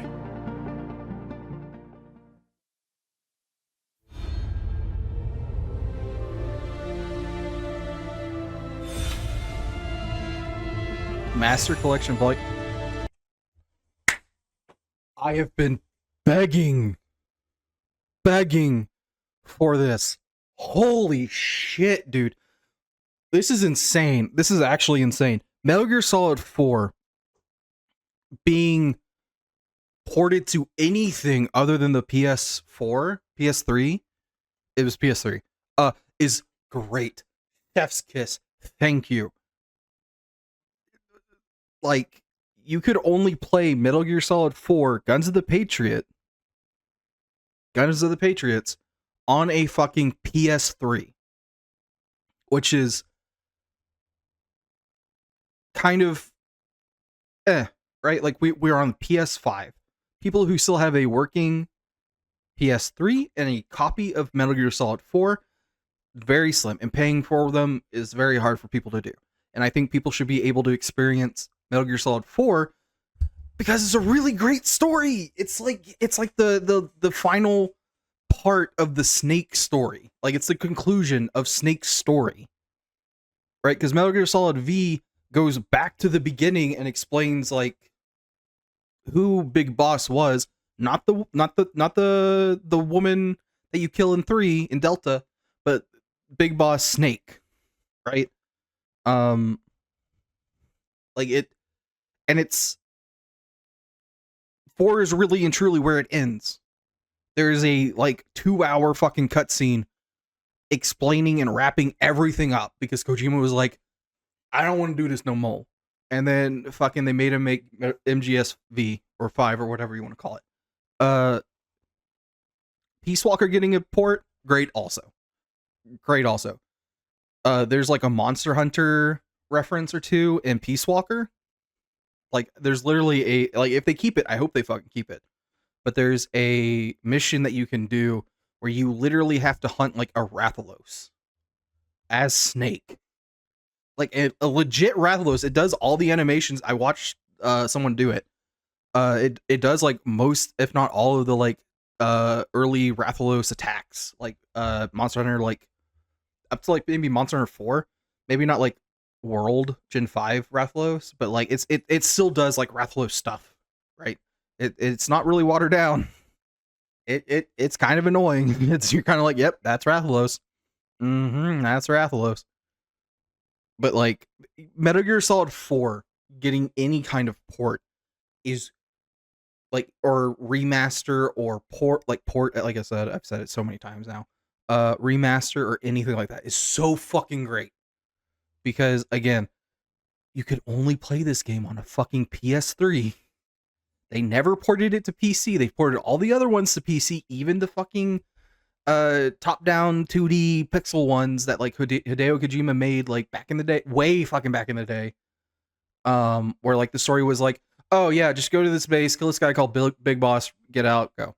Right? Like, and then, oh no, Big Boss is back! Metal Gear 2, Big Boss is back, we gotta kill him again, and then Metal Gear Solid, where like the story really takes off. Oh man. Amazing. Actually fucking amazing. Actual fucking peak. There's one more thing I must do. One last punishment I must endure. Outer Heaven. He's taken command of this immense army and is now preparing to unleash an insurrection. I'm going to be very interested how this handles load times. I'm going to be very interested how this because if you don't know, for those who don't know, there's very few moments where the game like stops everything and has like a loading section, right? Usually it's mostly between missions. They mostly use like cutscenes, I think, for loading. If anything. But there are moments where the game has to load stuff. And in those moments where the game is loading something, they have these like almost TV-esque commercials or like segments where like it's supposed to be like you're watching TV and you're flipping the channel. And then like David Hayter, there's one literally where David Hayter is being interviewed almost like meta commentary of him being interviewed about playing Snake, I think. It's so fucking fascinating because this is PS3. Kojima was pulling the shit back in so far back in the day that like Liquid's goal is to seize control of SOP, the sons of the Patriot system that controls the soldiers. Will you do this for me? Will you terminate Liquid? How long is my body gonna hold out? When all of this is over, you'll have no choice but to accept death. This is my final mission. I swear to God. So okay, they didn't do it. Between Zero and Big Boss. Do you understand, Snake? Any means necessary. Just stop Liquid's insurrection. Liquid! Guns of the Patriots!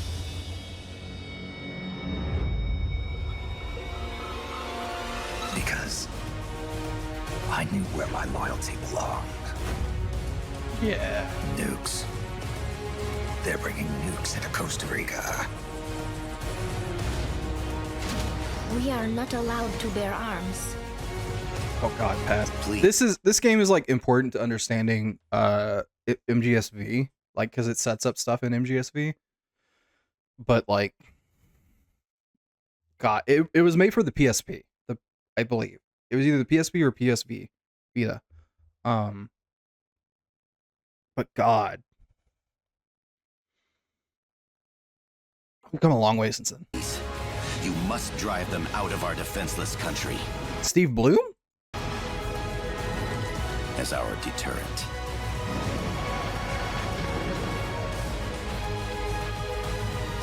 Yes. It simply said Jack. Over and over. Awesome. Is that you? This game is also very, very short. Even like trying to get like, and it gets people have complaints on this game because like I think to get the true ending you have to do a lot of grinding. But like just getting like the base story of the game is like it takes like no time. Answer me! Bahas!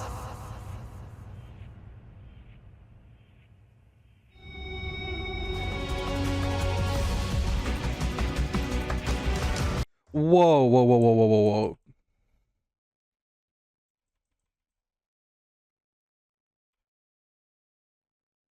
Not there. Not there. Not there.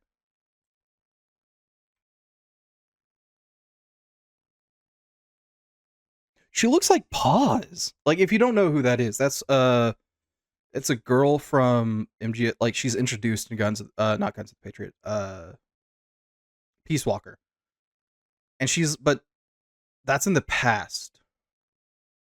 I don't remember her. I don't remember this character. Is this Paz? No, this isn't on the PS. This isn't PSP graphics, or maybe it is. It's a little crispy. It's a little crunchy. This might actually be Paz. I don't remember.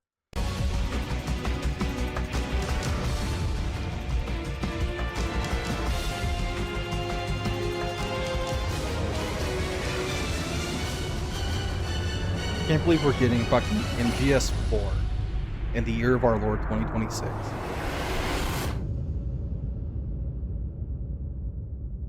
Comes out August 27th. So if you, what is this? If you buy it, you get Ghost Babel. Oh my god.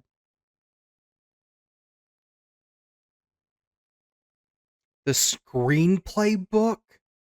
Oh, that's awesome. I would love to see the screenplay book. Like, there are so many like nerds like me who would love to, like, just kind of comb through the screenplay book. Oh, it hurts. It hurts that like we're seeing this franchise try to continue without Kojima after like everything he put into it. It hurts a little.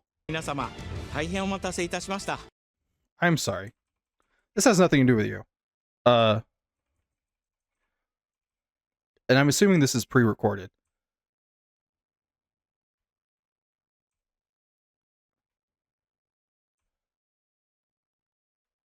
I need to see that again.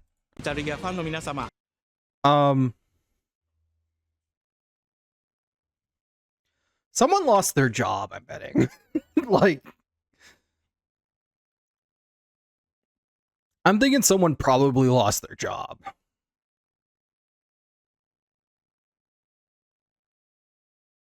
Not really. Not actually. But wow. Wow, that's embarrassing. 大変お待たせいたしました。プレイステーション3向けのみで発売されていたメタルギアソリッド4ガンズ・オブ・ザ・パトリオットがプレイステーション5でついに遊べるようになります。加えてプレイステーションポータブル、プレイステーション3向けに発売されたメタルギアソリッドピースウォーカーを含むメタルギアコレクションシリーズの第2弾となっております。メタルギアサーガのラストを飾る伝説の作品を最新ハードでぜひ体感してください。そして、現在発売中のメタルギアソリッドマスターコレクションボリューム1につきましても最後のアップデートを実施いたします。The final update? What? 初代プレイステーション向けに発売されたメタルギアソリッドには高解像度設定を It didn't before? That's odd. That's very odd to me that it didn't offer high resolution before. 追加し、ご覧のように映像が美しく文字も読みやすくなりました。It's very odd that it didn't before. また、メタルギアソリッド3スネークイーターについてもさらなる高解像度化を実現しております。They're updating the graphics on 3 more? 本日よりアップデート配信開始となりますので、この機会にぜひメタルギアソリッドマスターコレクションボリューム1も体験してみてください。さらに、今回の発表を記念いたしましてメタルギアシリーズの始まりの物語メタルギアソリッドデルタスネークイー Yo, that's actually cool. Because this came out this year. And them bumping it to 50% off is like significant. That's like, it's like a $70, $80 game. Going down to like 40 or 30. That's ヒーターも特別なセールを実施しています。 50% オフという大変お求めやすい価格で購入できますので、この機会にぜひ楽しんでください。 I don't know how well it これからもメタルギアシリーズの展開に So ご maybe 期 it's a 待くだ case さ of い。 like the game そ didn't して do well. 最後にこちらの映像をご覧ください。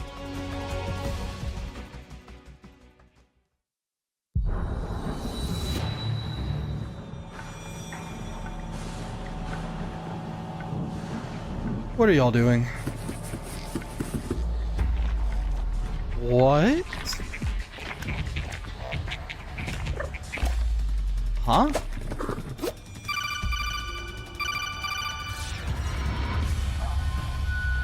Playable demo for Darwin's Paradox?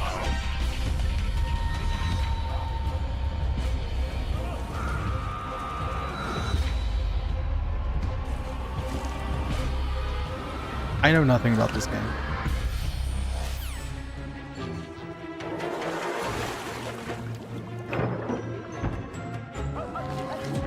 It's like a 2D, 2.5D platformer. It's an interesting idea, using like octopus's camouflage to like hide from enemies and like have some stealthing sections. Kind of like Ori and the Blind Forest type of feel. Ooh. And it looks like it's 2.5D. I haven't seen the character move towards the camera. Ooh. Oh. You have like Crash Bandicoot type levels. It's not bad. It's not like ugly. It looks quite good. It's Castlevania's 40th? Are we getting a new In the Castlevania? name of His Most Royal Majesty. Evil Empire? By the grace of God, the King of France. Oh my god, we are getting a new Castlevania.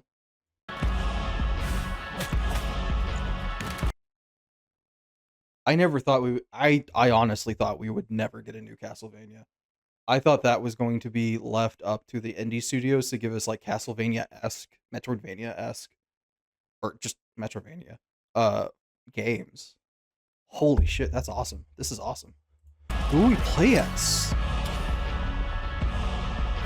Because they have the blue and like isn't the Netflix anime like isn't that like canon, quote unquote, to the story? So like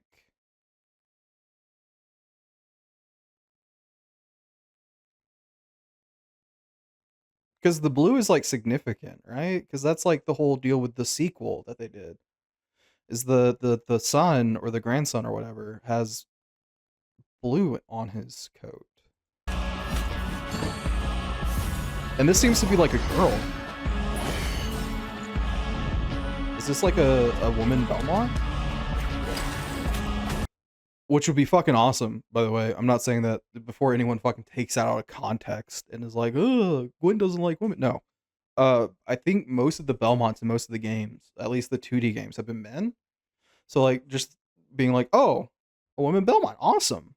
Fucking great. Like the animations look sick though. Holy.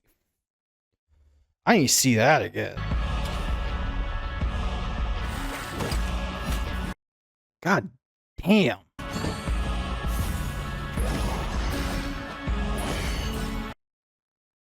God damn.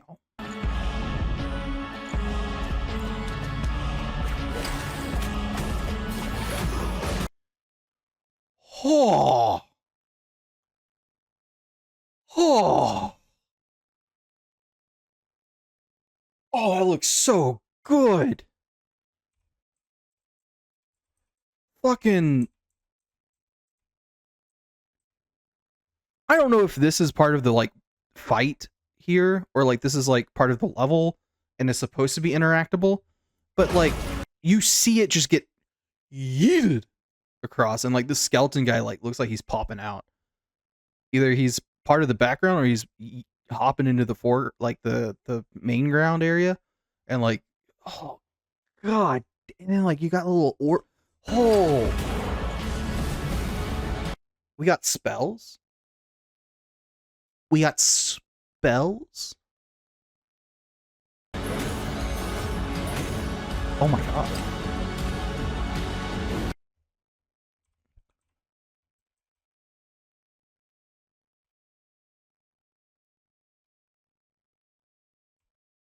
No. We're going back. We're going back. What fucking Path of Pain bullshit did they make for us here? What is Hollow Knight unleashed upon this world? Fucking Konami is like, yo, Hollow Knight? You think you're hot shit? Hold our fucking beer. We're going to, oh my god.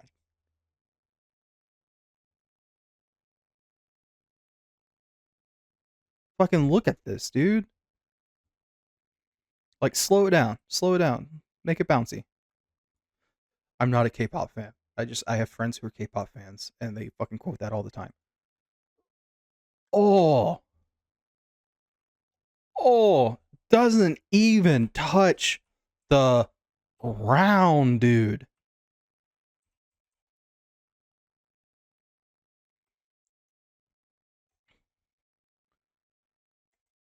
Oh, and you, oh god.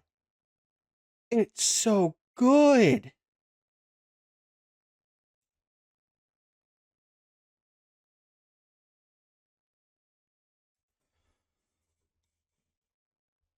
How many times have I fucking, what's the cream counter at? Like, how many times have I fucking creamed my pants watching this fucking state of play? There was fucking Control, this game. Control, MGS not V4, just being ported again, this game. Yo, what is up with your arm here? That is sick looking, though. What is up with her hair? With your hair? It's like, maybe it's just the lighting, but it looks brown. And then it looks like it turns golden. Like yellow, red, whatever you want to call it, whatever color that is. I'm sorry. No, I need an instant replay on that. Not that. Because it looked like you got fucking yeeted. Oh, no, you don't. You just, you take damage, you kind of get knocked back a little bit. I thought like you went back with the thing. I was like, oh.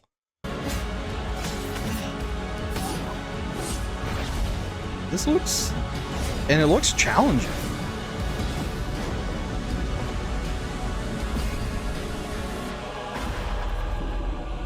So now, we appeal to you, Trevor Belmont.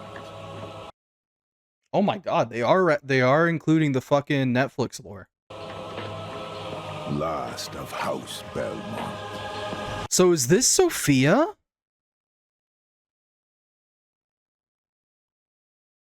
Is this supposed to be Sophia?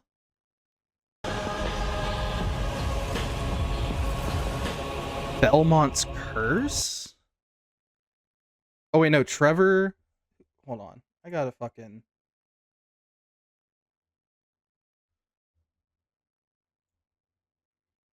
I'm so invested and interested.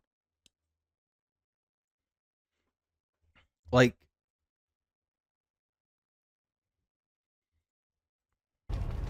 And obviously there's no confirmation or anything yet on this. いただきありがとうございます。キャッスルバニアベルモンドカースプロデューサーの谷口勉です。今回見ていただいた映像はキャッスルバニアシリーズ40周年記念第1弾となるキャッスルバニアベルモンドカースのアナウンス映像です。これまで我々のチームは多くの方にキャッスルバニアに触れていただきたいという思いでシリーズの過去作を最新ハード Yeah, like this is why I didn't think we would ever get like a new Castlevania, is because Castlevania has mostly been like porting their older games, and like just like it seemed like that there was no interest from Konami to continue the series. でプレイしていただけるようにいくつかのコレクションタイトルを配信してきました。また多くの素晴らしいパートナーとコラボレーションにも取り組んでまいりました。そしてやっと本日新しいゲームについて皆様に報告できるところまで来ました。そのことがすごく嬉しいです。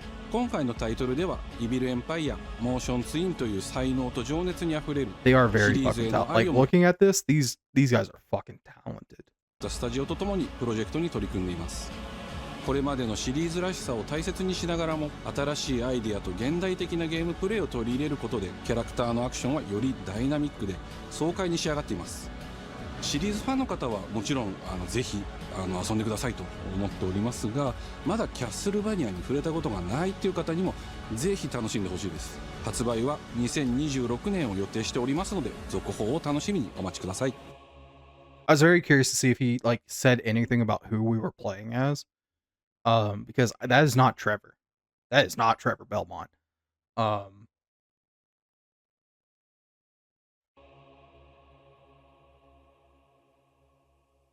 I'm very curious. Okay, here's the next one. I saw the name. I know what it is. But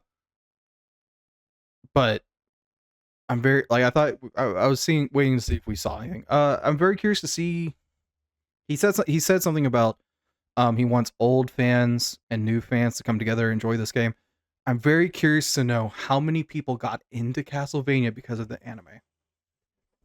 I know that I know a few people who never played a Castlevania game once in their life, as far as I'm aware. Or at least they're like, I'm not like a big Castlevania fan, right? But they love the anime. They love the like Netflix anime that they did, and understandable. The first couple seasons are great. I haven't watched the like final season. And like, but I've heard like Nocturne's really like is at least just animation wise stunning, right? The final season I've seen clips and it looks stunning. And like the storytelling, at least in like the first 2 seasons, if I remember correctly, are like pretty decent. So I'm very curious. And it seems like with the mention of Trevor, right? Because Trevor is like the main character of the like first series on Netflix, and like they continued the story in Nocturne with Trevor's great grandchild. I don't know. I'm very curious to see how it goes. Simon, listen to me. You can't stay in this room forever. I can't stay in this room forever. God damn, hold on. I can't stay. Look at that hand. That looks real. That looks real. In this room forever. Like, I don't know what's going on here. I don't know if that's like an indicator of like this hand, I assume, lady being infected or having some kind of disease or condition. But like this hand looks real.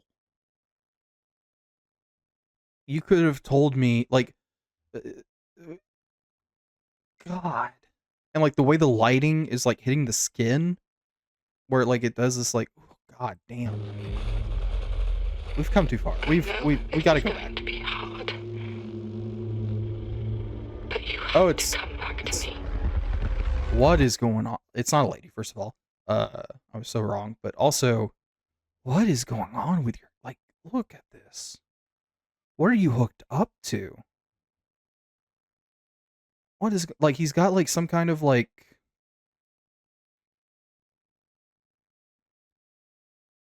I didn't want to say IV, but almost like an IV.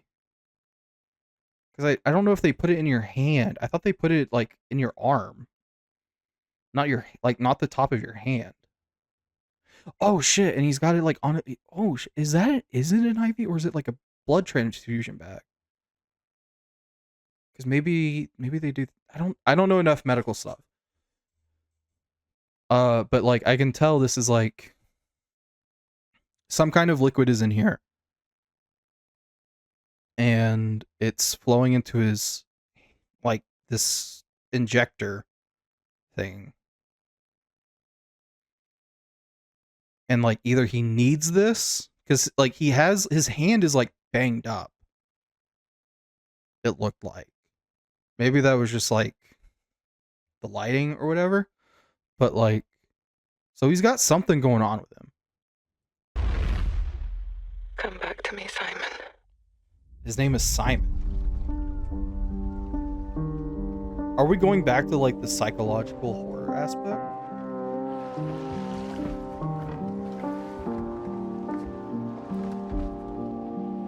No, show us the back. Show us the back. Damn it. What is... I woke up Is it chemo? Does he have cancer? Is he a cancer patient?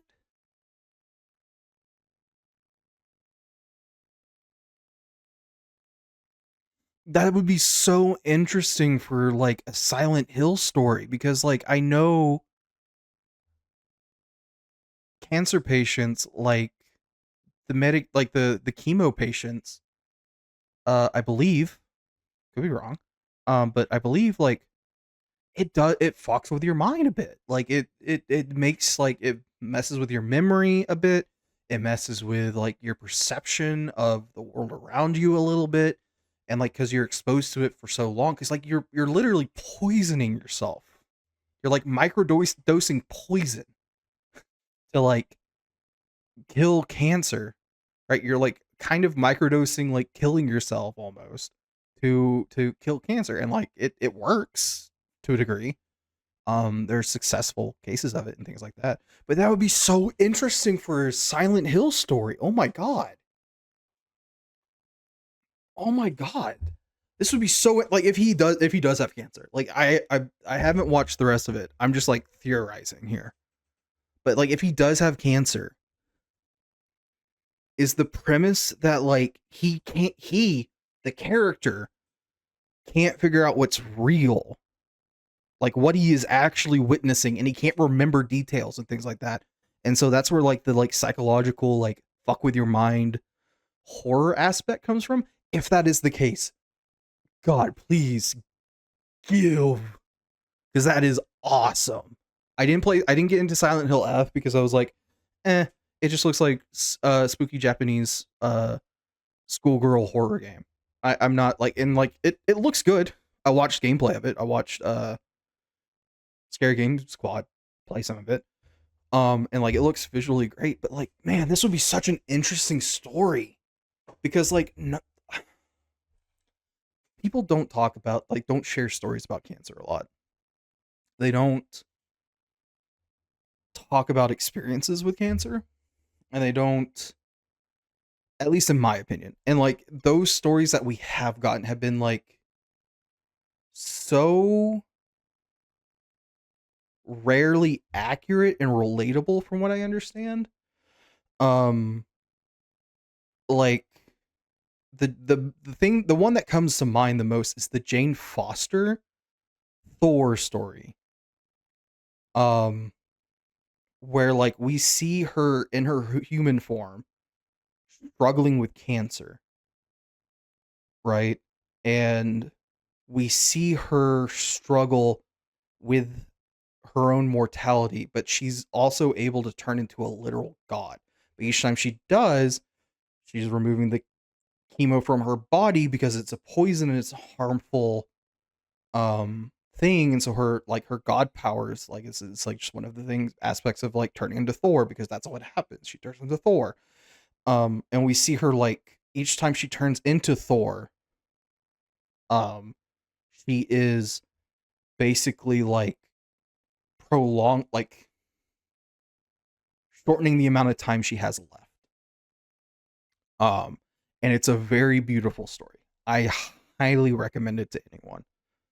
If you haven't read it, like Jason Aaron's run on Thor is so beautiful. It is so good. And like,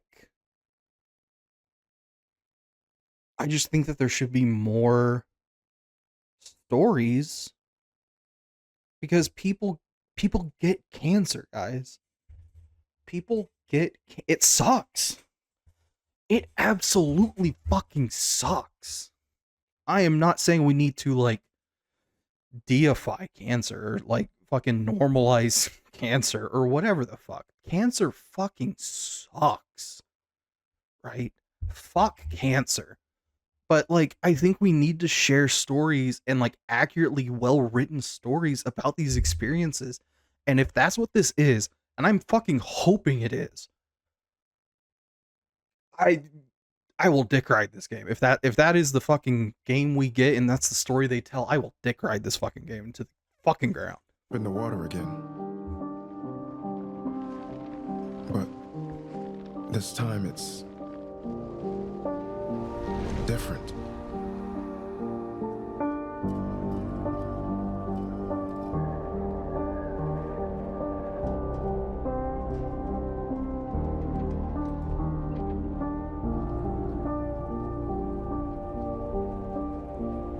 I keep trying to fix what happened.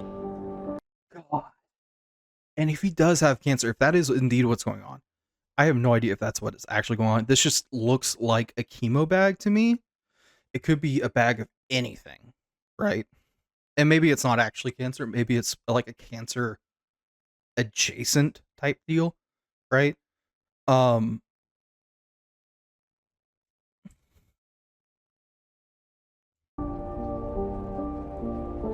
keep. This is fucking beautiful. If that is like the story we are getting. Trying to fix what happened. But no matter what I do, You can't fix it. It doesn't let us change things. Blood type A+. Simon Ordell, that's our Did character's what you name. did. Maybe it's just a blood transfusion bag. Maybe it's just a blood transfusion bag.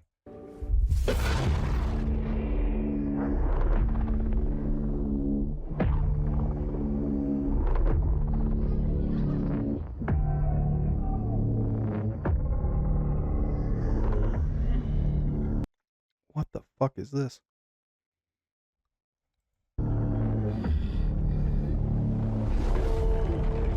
Oh shit.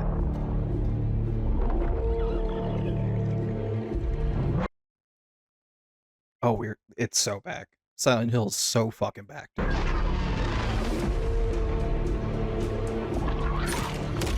And it's first person? They're taking the, like, this looks like the combat system from F, the, like, recent one, and they're making it first person like Resident Evil 7. Resident Evil 7 and 8, which is so good because the reason that those games are really good is because the fear of, like, you can't see behind you. You don't know what's behind you.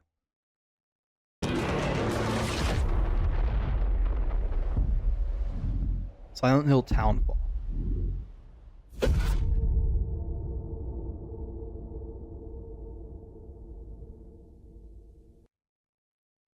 Transmission?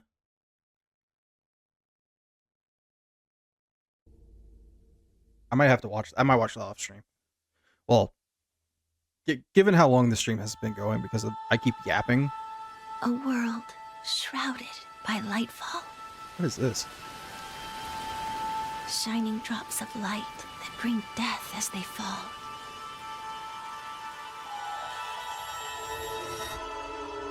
We might not do well.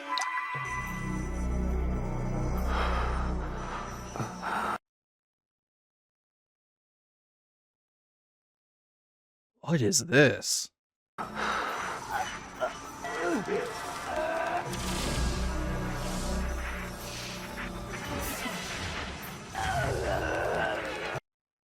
Okay, you kind of lost me with the anime art, but like let's see if we can keep it going.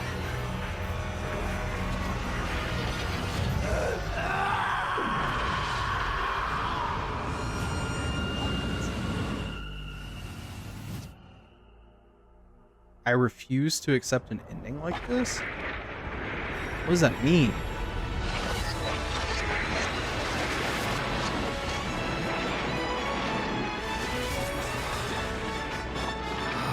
Hey!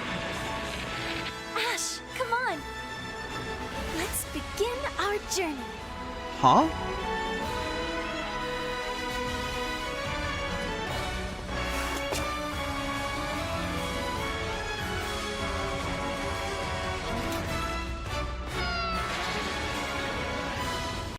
That looks sick. This boss or monster or whatever looks sick. That looks sick. Her Majesty's words. I'm going to defeat you here and stop the lightfall. So it's like real time, like it's an action RPG? Kind of like Kingdom Hearts-esque? Like, I don't know, like, okay.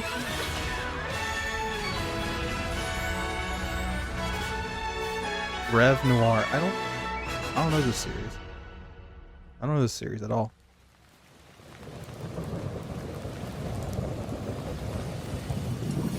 When Hope Sparks Catastrophe.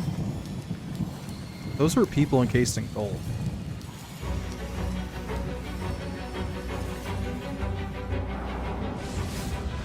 皆さんこんにちは。プロデューサーの門井です。ティザートレーラーの方はいかがでしたでしょうか。レブノワールは完全新作の JRPG です。私自身 Okay, so this is the first entry, right? Like based on what he just said, a brand new JRPG title. I don't know if he actually said JRPG. I don't know. But okay, so this is a new series. 私自身を含め JRPG を愛し続けてきたメンバーが情熱を持って開発したタイトルとなります。 JRPGs, okay. 仲間との出会い、成長、そして JRPG には大事な心揺さぶられるような展開、こちらを大事にしてナラティブというものを表現しようと、突き進めております。新しい冒険が始まるというワクワク感、ぜひ楽しんでいただけると思います。今日、お届けした映像は本当に一部の一部で、レブノワール続報がこれからもどんどん出ていくと思いますので、ぜひ、楽しみにお待ちいただければと思います。Very interesting. So this was like the Konami chunk.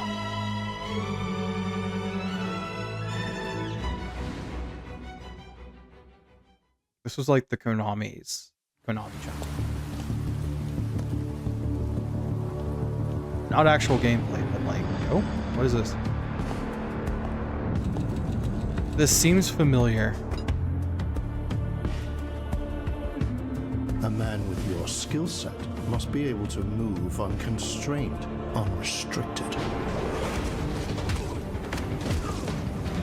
Oh, is this the John Wick game? That looks like fucking versatile, Keanu Reeves. Capable, adaptable.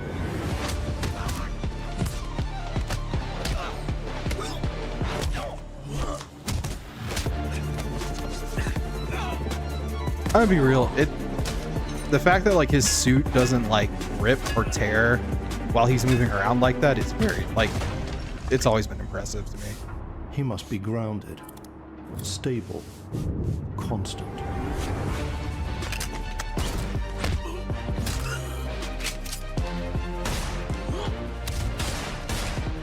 The famous John Wick fucking. I'm sorry, did he just like arm block a fucking bullet?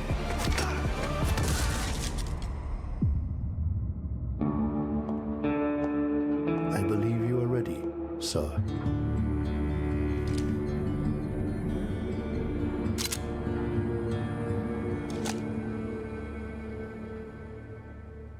Yeah. Do they get like actually Keanu Reeves for this? Okay, so this is actual gameplay now.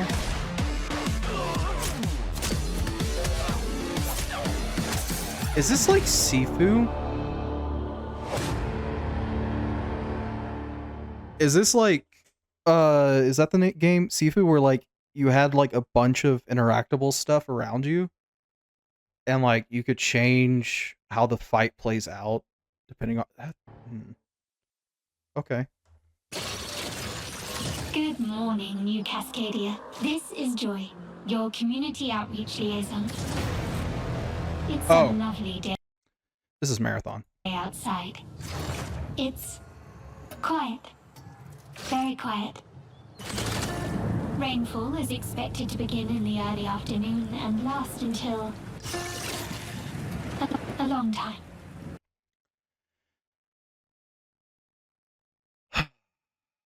Is this or is this Destiny? For those who did not wake, your restless dreams endure. So small among the stars. No, this is Marathon. Breathe softly. Do not worry. Peace is upon you. And I am here to walk with you into its embrace. Mayday! Mayday!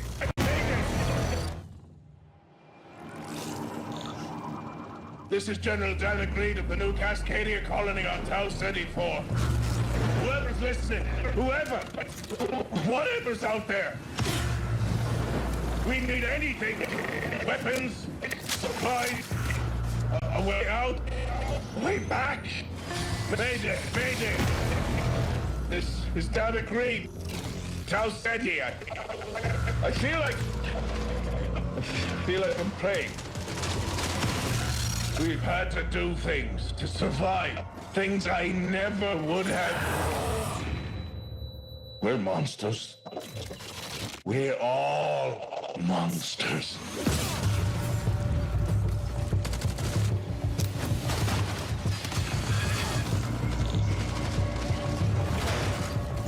Embrace. Embrace. Embrace. Embrace.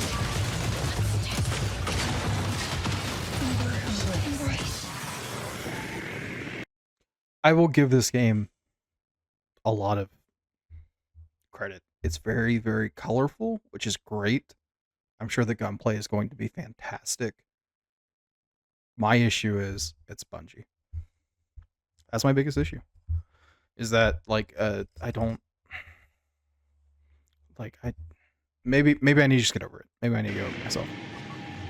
But Mayday! Mayday! Mayday!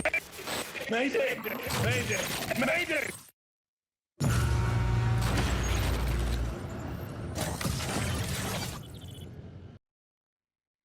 server, yeah, so it's an online shooter. It's another online shooter. I could care. I'm sorry. I could care less.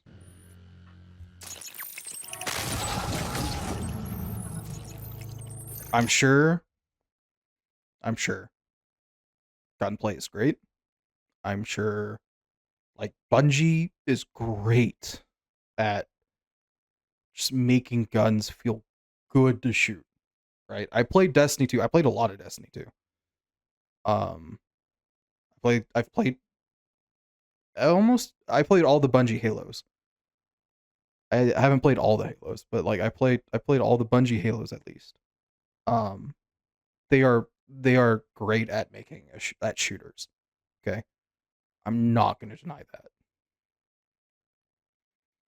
I just don't like what happened with Destiny 2 and how they handled it, and what happened after they left Activision, and like the state of Destiny 2. I'm sure has like improved or changed. I would hope so, because I've seen people go back to Destiny 2, and I've heard good things about recent Destiny 2 stuff. My biggest issue is that it's a Bungie game, and that might be its biggest hold. Like, that might be the biggest thing that holds this game back. I'll say it.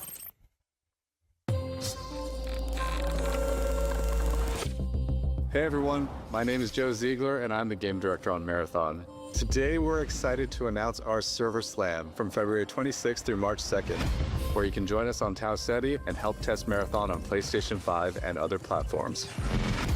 Our Server Slam features an introduction to the survival gameplay of Marathon, giving you a chance to explore the dangerous world of Tau Ceti and unlock rewards for the full release on Thursday, March 5th. For all PlayStation Plus players, we're also excited to share a collection of unique weapon charms that pay homage to some of our favorite PlayStation games, including Helldivers 2, Death Stranding 2, and Ghost of Yote, all available at launch. Okay, fair. From everyone here at Bungie, thank you for joining us on this journey. We'll see you on Tau Ceti starting February 26th.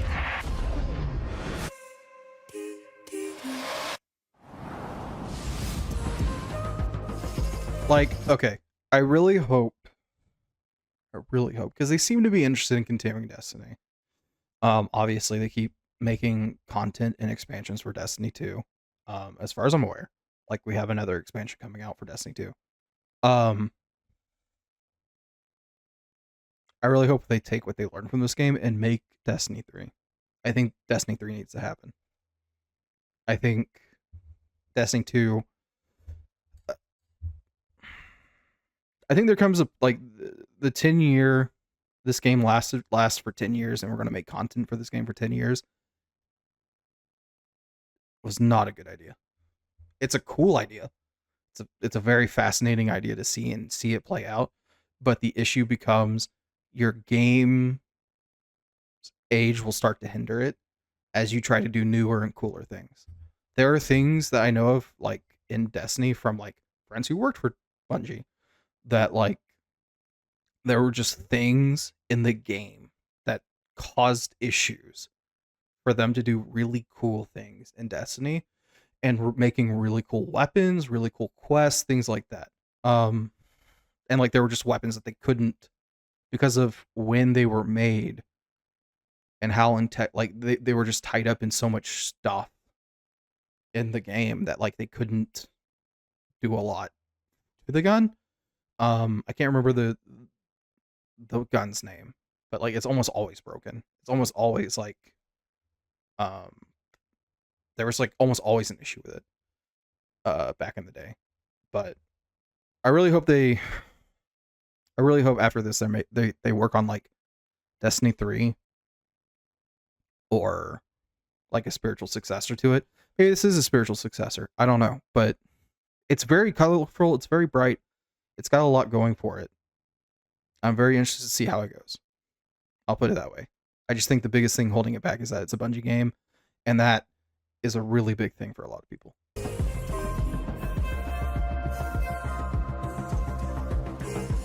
Hey, I'm Brett. And I'm Kristen. Thanks to Bungie for that new look at Marathon, coming to PS5 on March 5th, with the Server Slam running February 26th through March 2nd. Now let's check in on what's coming to PlayStation Plus over the next few months. Up first, Marvel's Spider-Man 2 swings into game catalog next week. That's cool. Developed by Insomniac Games in collaboration. Isn't it like it's like a 2-year-old game now, right? Like it came out in 2024. I mean, that's really cool. Like I think it should have been maybe on there sooner, but it's cool that's on there now, I guess. Marvel games, be greater together as Peter Parker and Miles Morales. Let's go! I still need to play it though. It's on PC. I still haven't played it. In this thrilling sequel, the Spider-Men must balance their personal and heroic responsibilities while protecting the city from iconic villains. All Miles talks about is how to be a better Spider-Man. How to help you. Marvel's Spider-Man 2 joins the PlayStation Plus game catalog on February. I like that. 17. I just like the art. I just like the box art. The PlayStation Plus Classics catalog welcomes 2 fan favorites over the next few months, starting with Tekken Dark Resurrection, a fantastic fighting game that originally released on PSP. PlayStation Plus She got punched in the cooch, dude. Premium members can expect to revisit this handheld classic in March.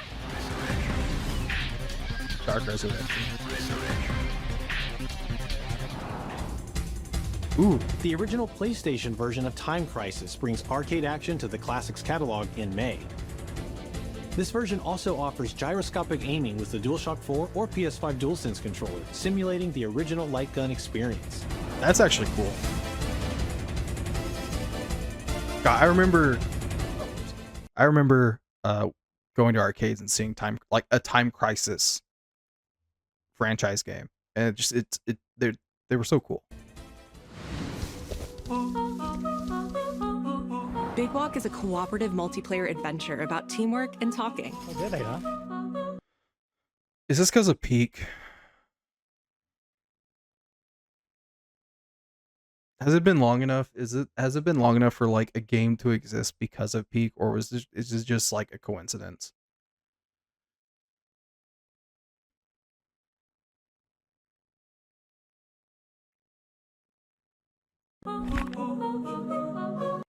Okay, that's actually cool. I really wish Peak had something like this. Hang out and get lost with your friends in an open world full of challenges, puzzles, and playful discoveries. Okay, actually, no, this is just better Peak. Peak, you have like one goal, one mission. This seems like you just run around in an open world and do stuff. Just goof around. Which actually is cool.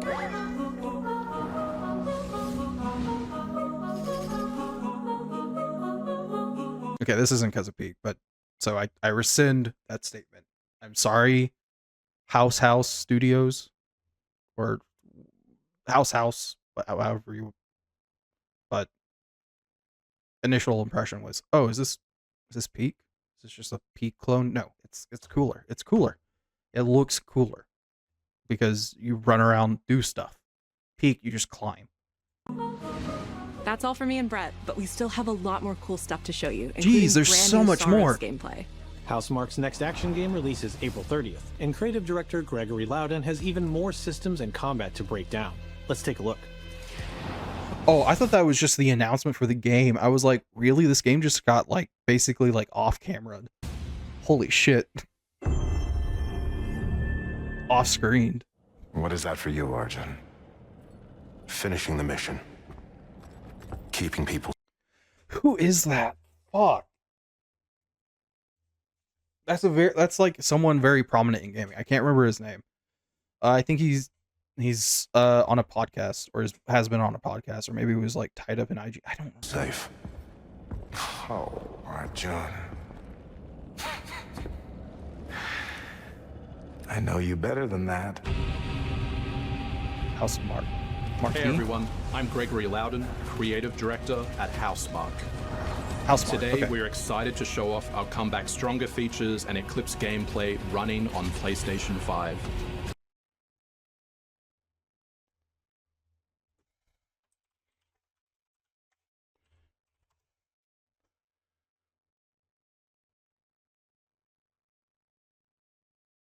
Yeah, but what else have they made? That's the...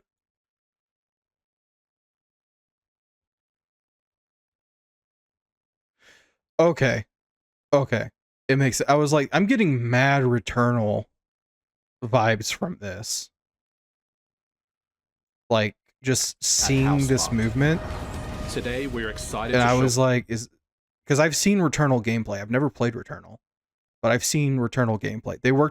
They did work on Returnal. They had some game called Storm Divers. That's cool. Probably got canceled because it sounds like Helldivers. I don't know.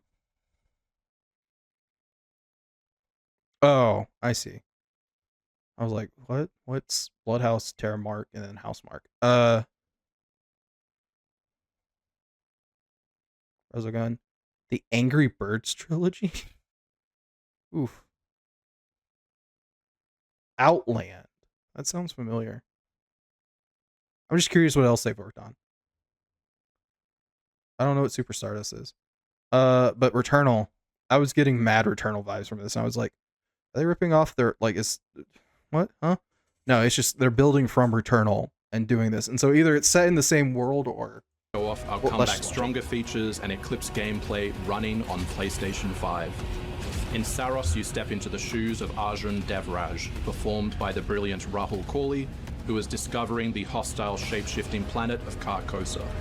As you encounter a variety of ever more brutal hostiles, death is inevitable.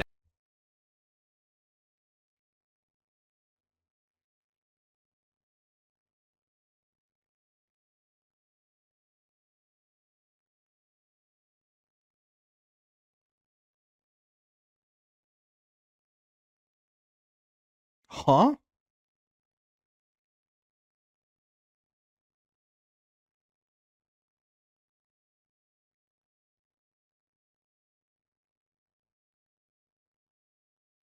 Does it not take place on the same... No, it's not. It's Altropos in Returnal. Okay. Inevitable. But in Saros, death only means that you will come back stronger. Welcome to the passage. You are not on your own. Interacting with the survivors of Echelon 4 will help you understand the mysteries of Carcosa. So you have like an in-between hub. So many are gone. They didn't all die. Some of them changed. That voice is familiar. This is Primary, the voice of Soltari. That was the voice of Jongjong! Holy shit, that was the voice of fucking...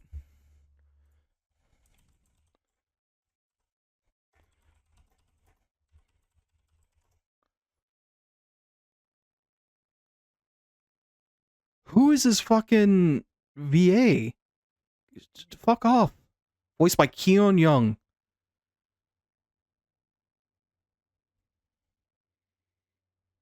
Oh my god, that was the voice of Jung Jung.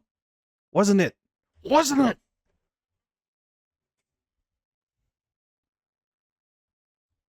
Wasn't it?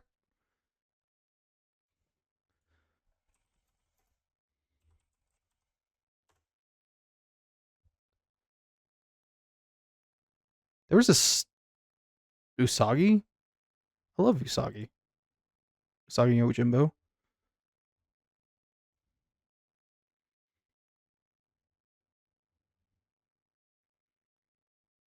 If that is him, and because it sounds like him, he's done some video game stuff. He was in Like a Dragon, Infinite Wealth, Ninja Gaiden, Like a Dragon, Pirate Yakuza, in Hawaii. I'm sorry, I'm white. Okay. So that is probably him. God. Permanent progression systems to upgrade Still your got it. armor's attributes and acquire special perks. With Carcosan modifiers, you can adjust your experience by, for example, making hostiles tougher, weaker, or even removing the second chance ability entirely. However, all adjustments you choose must be kept in balance to ensure a consistent challenge level. So wait, did I understand that right? You can say no resurrection. What happens then? Does the game do you have to make an entirely new game? Like a new game save file? Primary also allows you to teleport directly to any biome that you have unlocked. This means getting back into the action quicker. It also means easier replayability the further you get into the world. That is actually cool. Using the teleport, you can now quickly restart the selected biome and get back to where you were.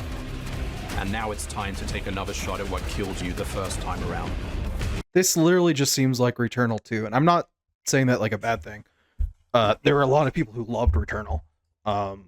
It sold well enough to get ported to PC, as an example. This just feels like an upgrade to Returnal.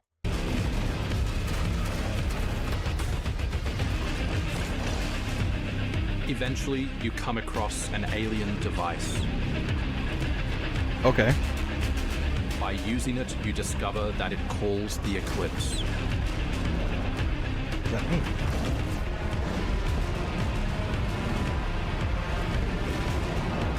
The Eclipse corrupts the world. It's a complete escalation of our gameplay, our audio, and our visuals on Carcosa. So you unlock hard mode. Am I understanding that right? Hostiles now shoot corrupted projectiles, which reduce your maximum armor integrity, but you can restore it by using your power weapon. Weapons and artifacts it's like a become state of corrupted, the which rot. alters them in both positive and negative ways, which ramps up the challenge. Okay. We can't wait for you to play Saros when we launch on April 30, 2026. It's coming out this year.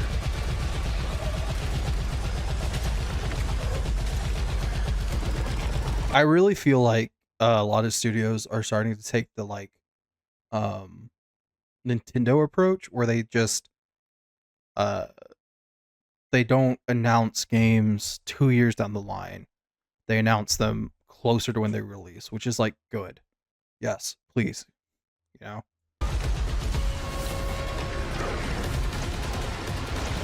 I know a lot of people who would be excited for this. This also gives me ooh. Okay, so we got like some hand. Okay, so this is like Death Stranding, like I assume based on the shore and like the handprints, kind of. Astra armor. I don't know what this is referencing. Maybe it's Pragmata. This is Ghost of Yote or Ghost of Tsushima or either like the Ghost series, and this is God of War, but this one I don't know off the top of my head. But ooh.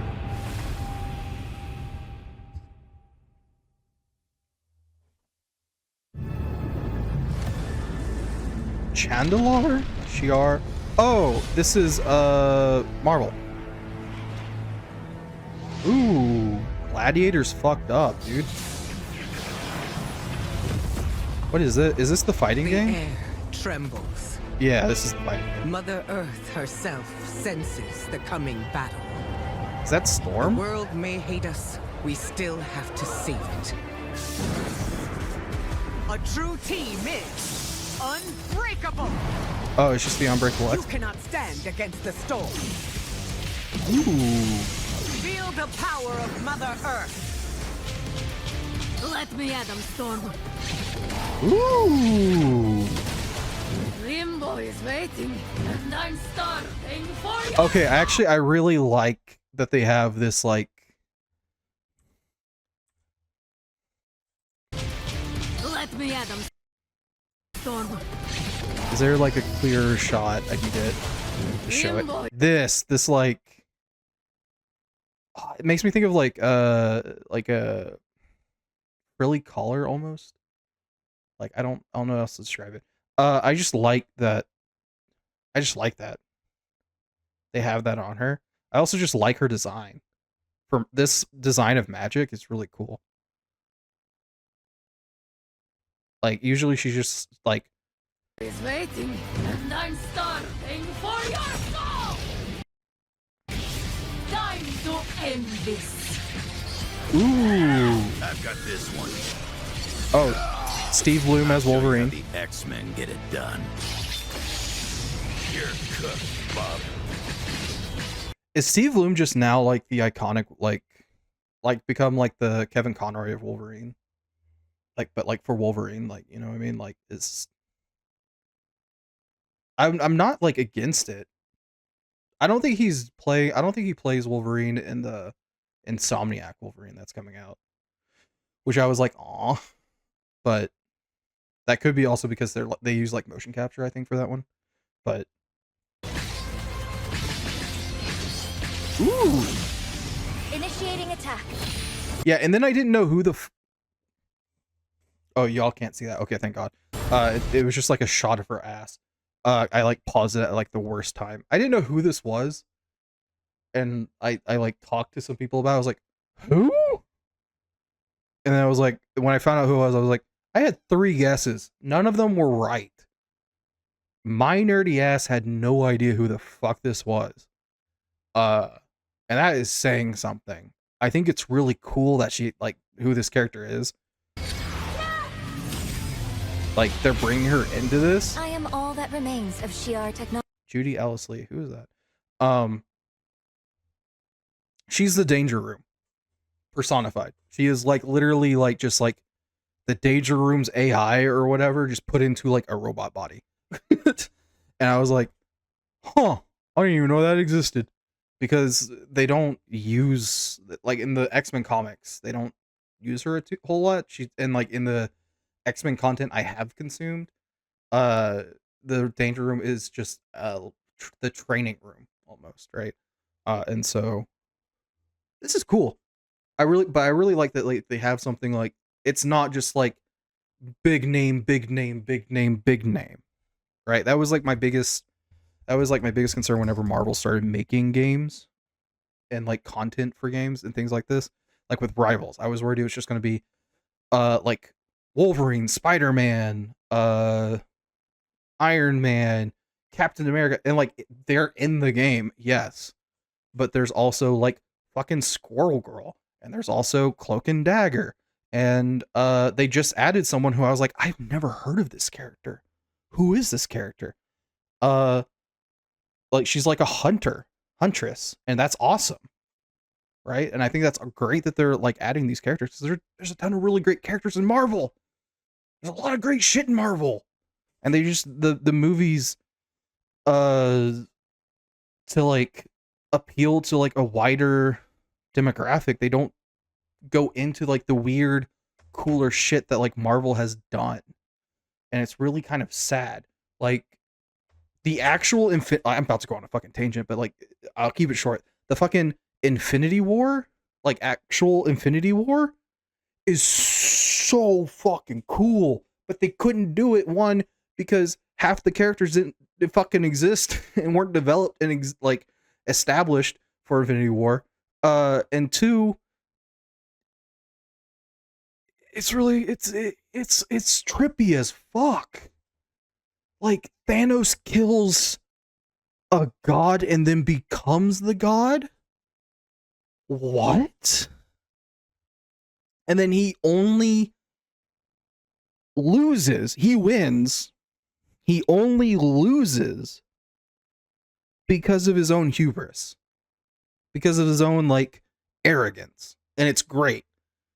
Right? Like, it's mwah. But, like, there's just so many things in Marvel that I want them to, like, explore. And this is great. This is great. I'm happy that she exists. Prepare to be disassembled. Surrender to avoid further danger. Like, if they bring her into... That's a really bad shot. Like, if they bring her into Rivals, I think that'd be great. Right? Because Storm, Wolverine, and Magic exist in Rivals, and, like, Rivals is kind of, like, really big. Like, it's taken off a lot harder than I think anyone expected, partly because they keep appeasing the fucking Gooner audience, which, thank God. But, like, I did not know who this was, and I'm very glad to have learned of their existence. Finish this. And I think that they need... Sorry, I keep pausing. I think that they need, like, exposure. There's, like, some really great characters, especially in the fucking X-Men. Especially in the X-Men. There are some amazing fucking characters in the X-Men that, like, have never seen the light of day. Nobody knows who the fuck they are. Like, at least, like, the general populace. And it's like, what do you mean? This is fucking Blorbo. Well, I'm just throwing out a fucking name, but, like, I'm sure there's one that's called Blorbo. This is Blorbo. What do you mean you don't know about Blorbo? He has this great backstory, and he's right. So, and I don't want to talk about Marvel Snap. I thought about Marvel Snap in the middle of that. I don't want to talk about Marvel Snap. We are stronger together.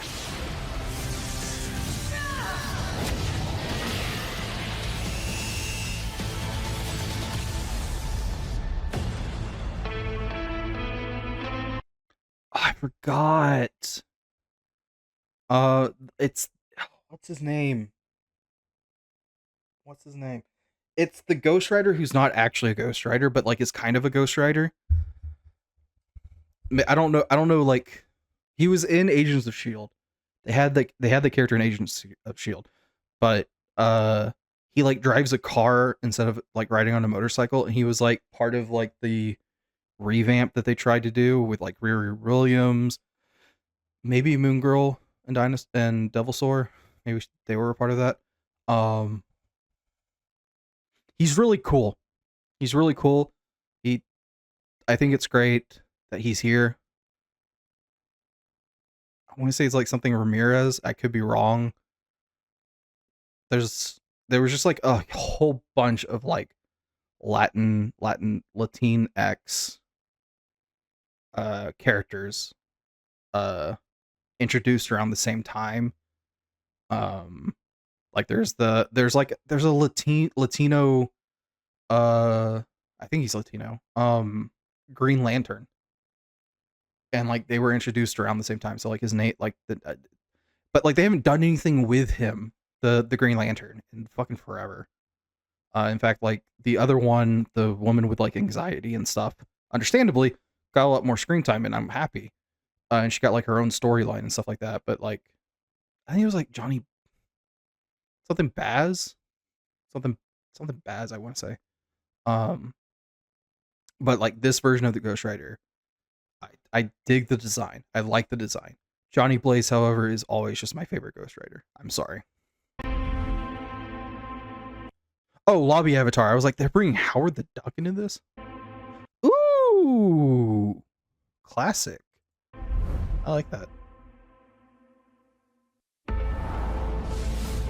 マーベル闘魂ファイティングソウルズ最新のトレーラー This is 100% just a Yap fest. お楽しみいただけましたでしょうか。本当にお待たせしてしまいましたけども、こうして一番初めに X-Men のチームトレーラーを発表できたこと。I'm gonna be 100% honest. I've known about Arc System Works. I've known about this company for so long. I did not know they were Japanese.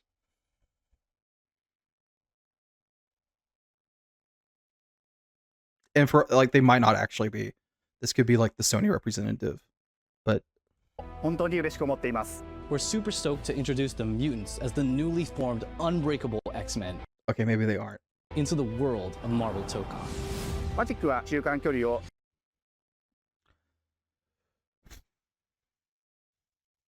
Hold on.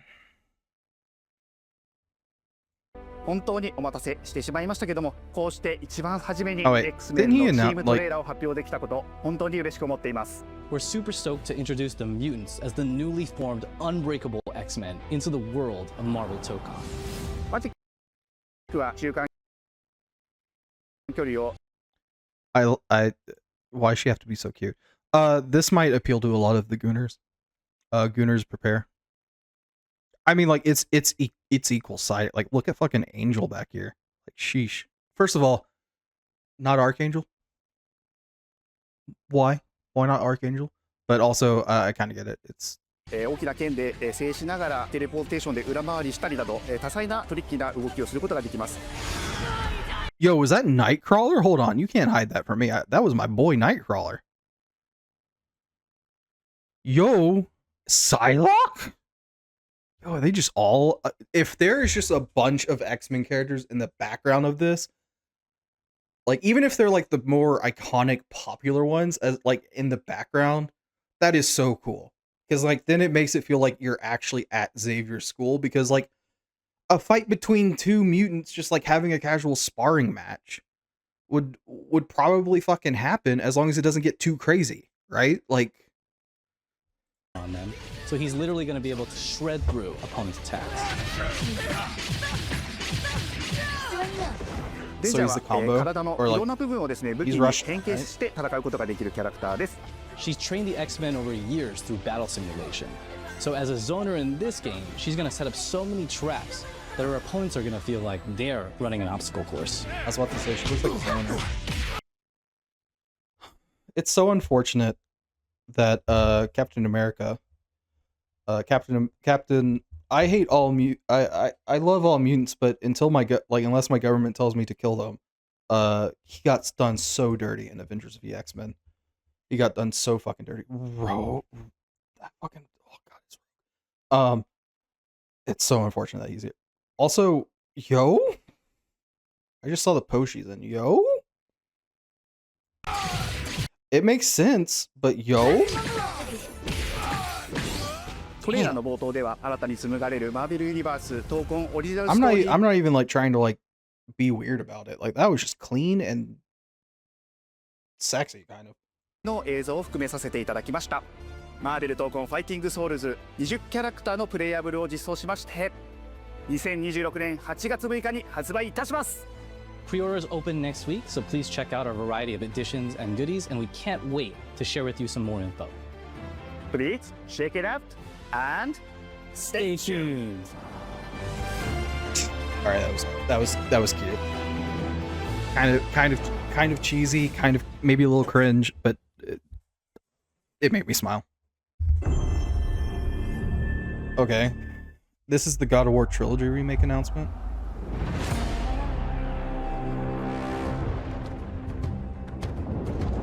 So this is being done by Santa Monica.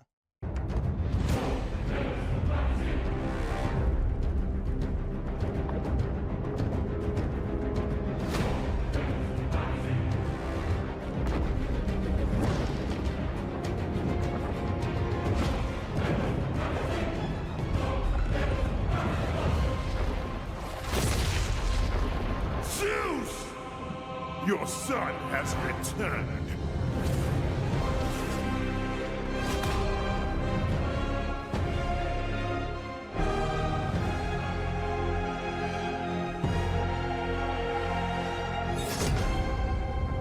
So it's a remake. Do we get to see it? Hey, what's happening? What's happening, people? Oh my god. Oh my god, that is great to see. So, another Yap segment, I guess.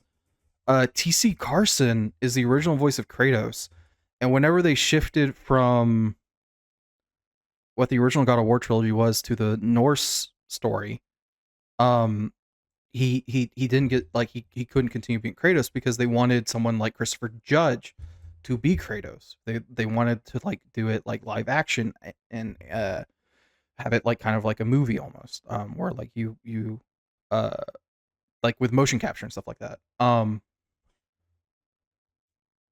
It's great that they got him back for this. It's great. I love that. It is OGTC. That's right, the original God of War. Yeah, I'm back, baby. And I'm thrilled to bring you some exciting news about the series today, starting with that teaser that you just saw, yeah? Now look, we are happy and excited to finally confirm that, the Greek trilogy remake is now in development.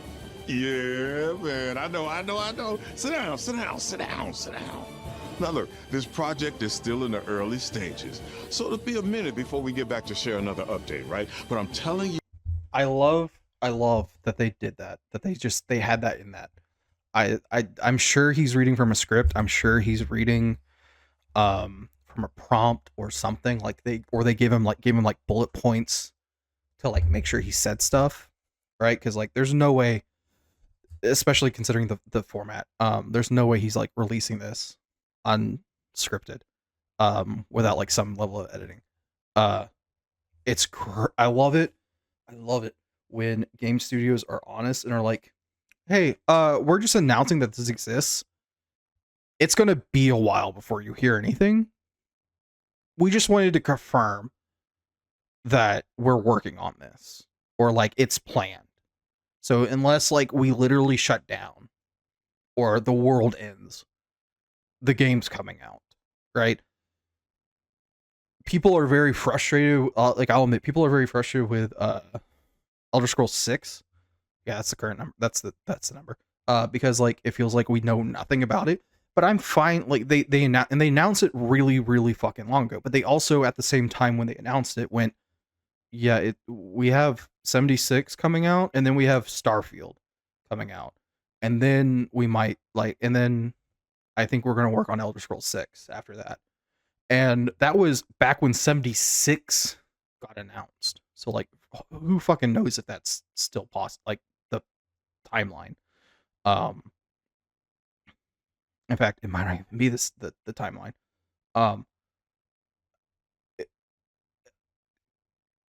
I don't mind if a game studio wants to confirm or announce a project, as long as they also communicate that that project is just now starting development or is very early on in development, and you aren't going to hear anything for a while. I think that's great, and I want more studios who are announcing projects very early on to do that. Please, for the love of God, do that. Because holy shit, if you look at anything going on with Elder Scrolls 6 in the Elder Scrolls community, we're like, where the fuck is 6? Where's the news on 6? It's gonna be a bit, guys. It's gonna be a while. Starfield came out like 2 years ago. They probably started development right after the last DLC dropped because they had DLC for it.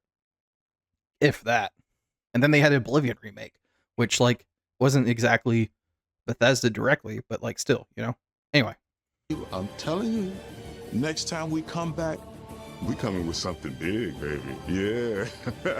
And in addition, since we're approaching the last few months of God of War's 20th anniversary year, we couldn't let it close without one last surprise. Now, this announcement is a passion project that will let you experience God of War's signature brutal combat, rewarding exploration, and heartfelt storytelling like you've never heard it before. I also really love that they let I'm sorry TC. But I really love that Santa Monica lets these actors, these people portraying their characters, like, be way more authentic when delivering like these announcements than like most seem to be, right? Like a lot of them typically, if like you see the character or like the voice actor for a character like in like an announcement or like a press release, they're just like standing there like kind of like acting like they're like trying to not say something out of line. But like this just seems like TC talking to us. And for all I know, it is. But for all I also know, he had like a teleprompter, but he's still like moving and talking and acting like a real fucking human being. And that is great. That is great. I love seeing that. I'm telling you. That's all you get. So, thank you for 2 strong decades of support, and we can't wait for you to see what we've got cooking to keep the next 20 years surprising, fresh, and fun as hell to play. Yeah, all right, you can watch it now. Go. Why are you still here? Go. All right. He's got like the sassy like black grandpa vibe. I love it. Go! All right.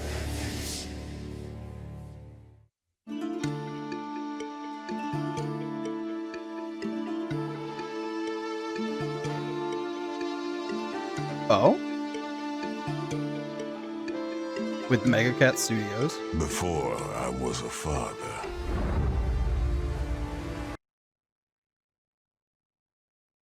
That didn't sound like Christopher. Was that TC? Was TC voicing this Kratos? Before I was a god. This doesn't sound like Chris. Was a Spartan. Yo? Spartans! Our duty is to Sparta. Fear is a reaction. Courage is a decision. Press your attack! We're playing as a young Kratos? That's awesome. Don't relent! Never on our backs! His brother! Oh, yo, they're keeping it canon! Oh my god! Oh my god. Is this like a... Oh.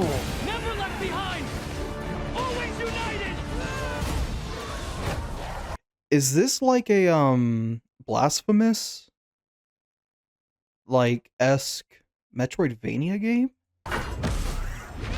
Or just like a Castlevania, Metroidvania?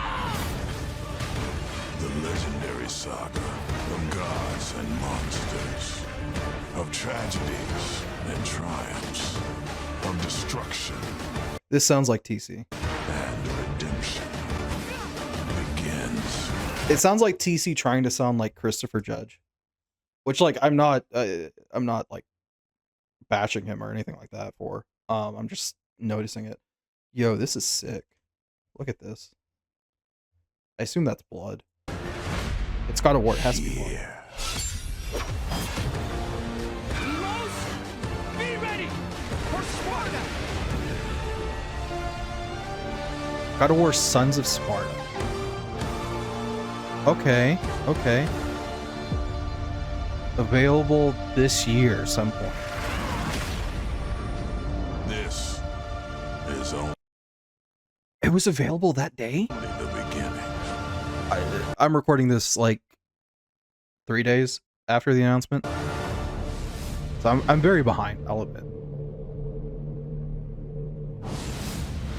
It's only available on PS5, so that's a shame.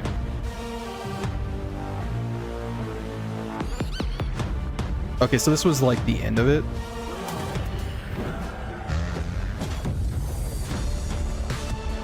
This was like a 3-hour fucking video. I'm gonna have to like cut this up. There's gonna be stuff that like I'm just gonna be like, eh.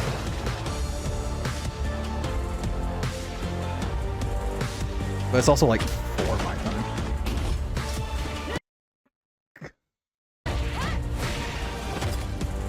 Just I forgot about the chicken game. That sounds so mean. But like, so closing thoughts on that.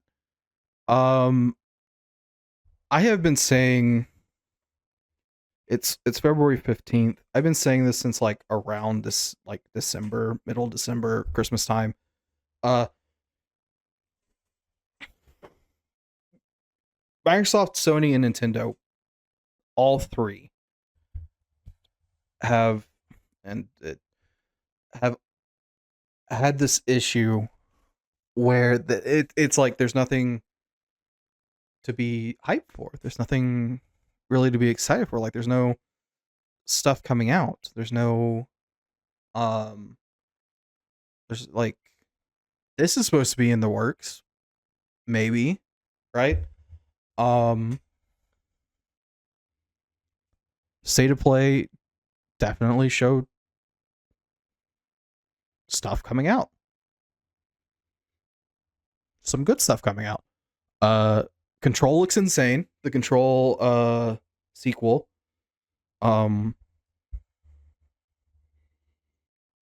Like I think that game's going to be fucking amazing. I hope that like what we saw wasn't just like a snippet part of the level, and like it's more reflective of like what you can do in the actual game as you like play and explore, because that would be so fucking cool. That'd be so fucking cool. Metal Gear Solid 4 getting any kind of a fucking port or remaster or anything like that is just great, because it sucks that Metal Gear Solid 4 has been stuck on the PS3 for the longest time, and like you could not play the game without a PS3, and like it was in danger of like almost becoming like lost media. I was worried about it becoming lost media, honestly. I'm not saying like it was going to, right? But like as PS3's age and the technology ages, the number of, because Sony's not making any more PS3s as far as I'm aware, the number of working PS3s out in the wild, out in the world, would diminish, right? Like things happen. Electronics just go bad. Things like that. And so it's great that we're getting access again to Metal Gear Solid 4, which is the closing part of the Metal Gear Solid story, because we've had access to everything else for the most part. Like I think except for maybe except for Peace Walker, but I think you could emulate that. Whereas like emulation for PS3 games has come a long way. Don't get me wrong. But like and like sure, there's an argument that like we can give it time. The PS3 emulation probably could have preserved the game. Like sure. But it being brought back is great. I love that. I'm very happy about that, actually, because I think the Metal Gear Solid story, yes, it's fucking silly. Yes, it's fucking stupid. Right? Like there's literally a scene where Snake, like it's in Metal Gear Solid 4, where Snake loses his like half of his max health, or like takes damage and like his health like decreases, and then he looks at like a character's ass and it goes back up in the same scene, and it's like, this is so fucking stupid, but it's also a really beautiful story on like the dangers of like war and all the themes within Metal Gear Solid, because like holy shit, I've been yapping for so long that I can't remember words properly. And so it's great. It's great in my opinion. What else? The Kenna game looks great.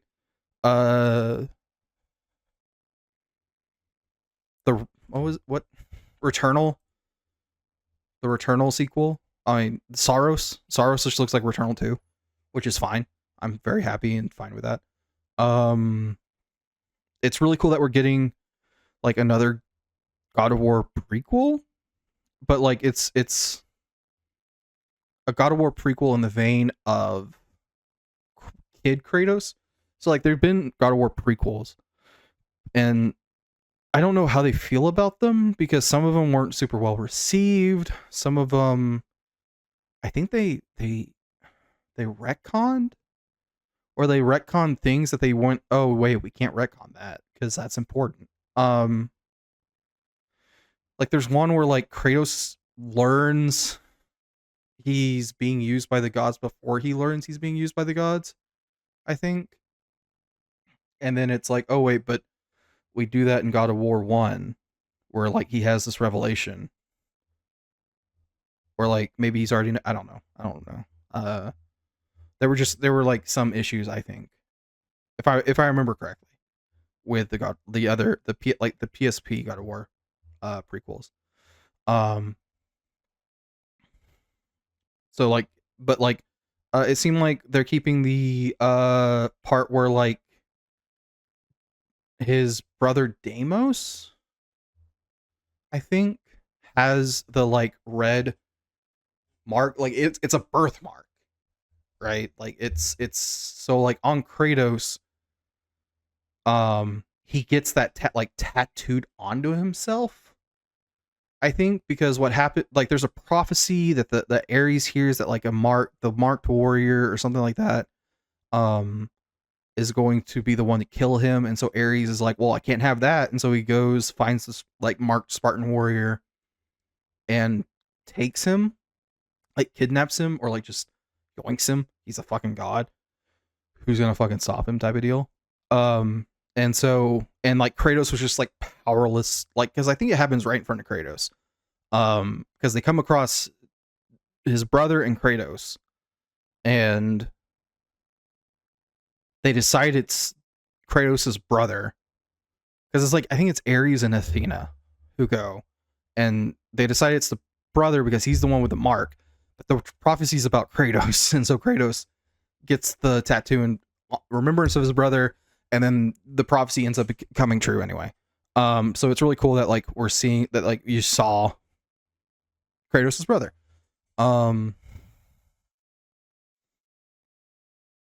God, dead or alive, it's just Schooner. Like it's Schooner bait. It's Schooner bait, and that's fine. That's fine. But anyway, that's gonna be it.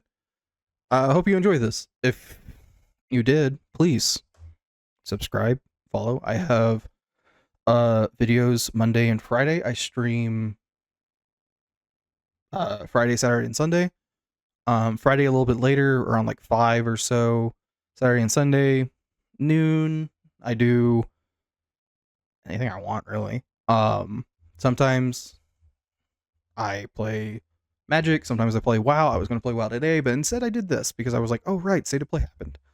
But yeah, thank you if you made it to the end of this video. You are my favorite person. Thank you for watching. Yeah, bye-bye.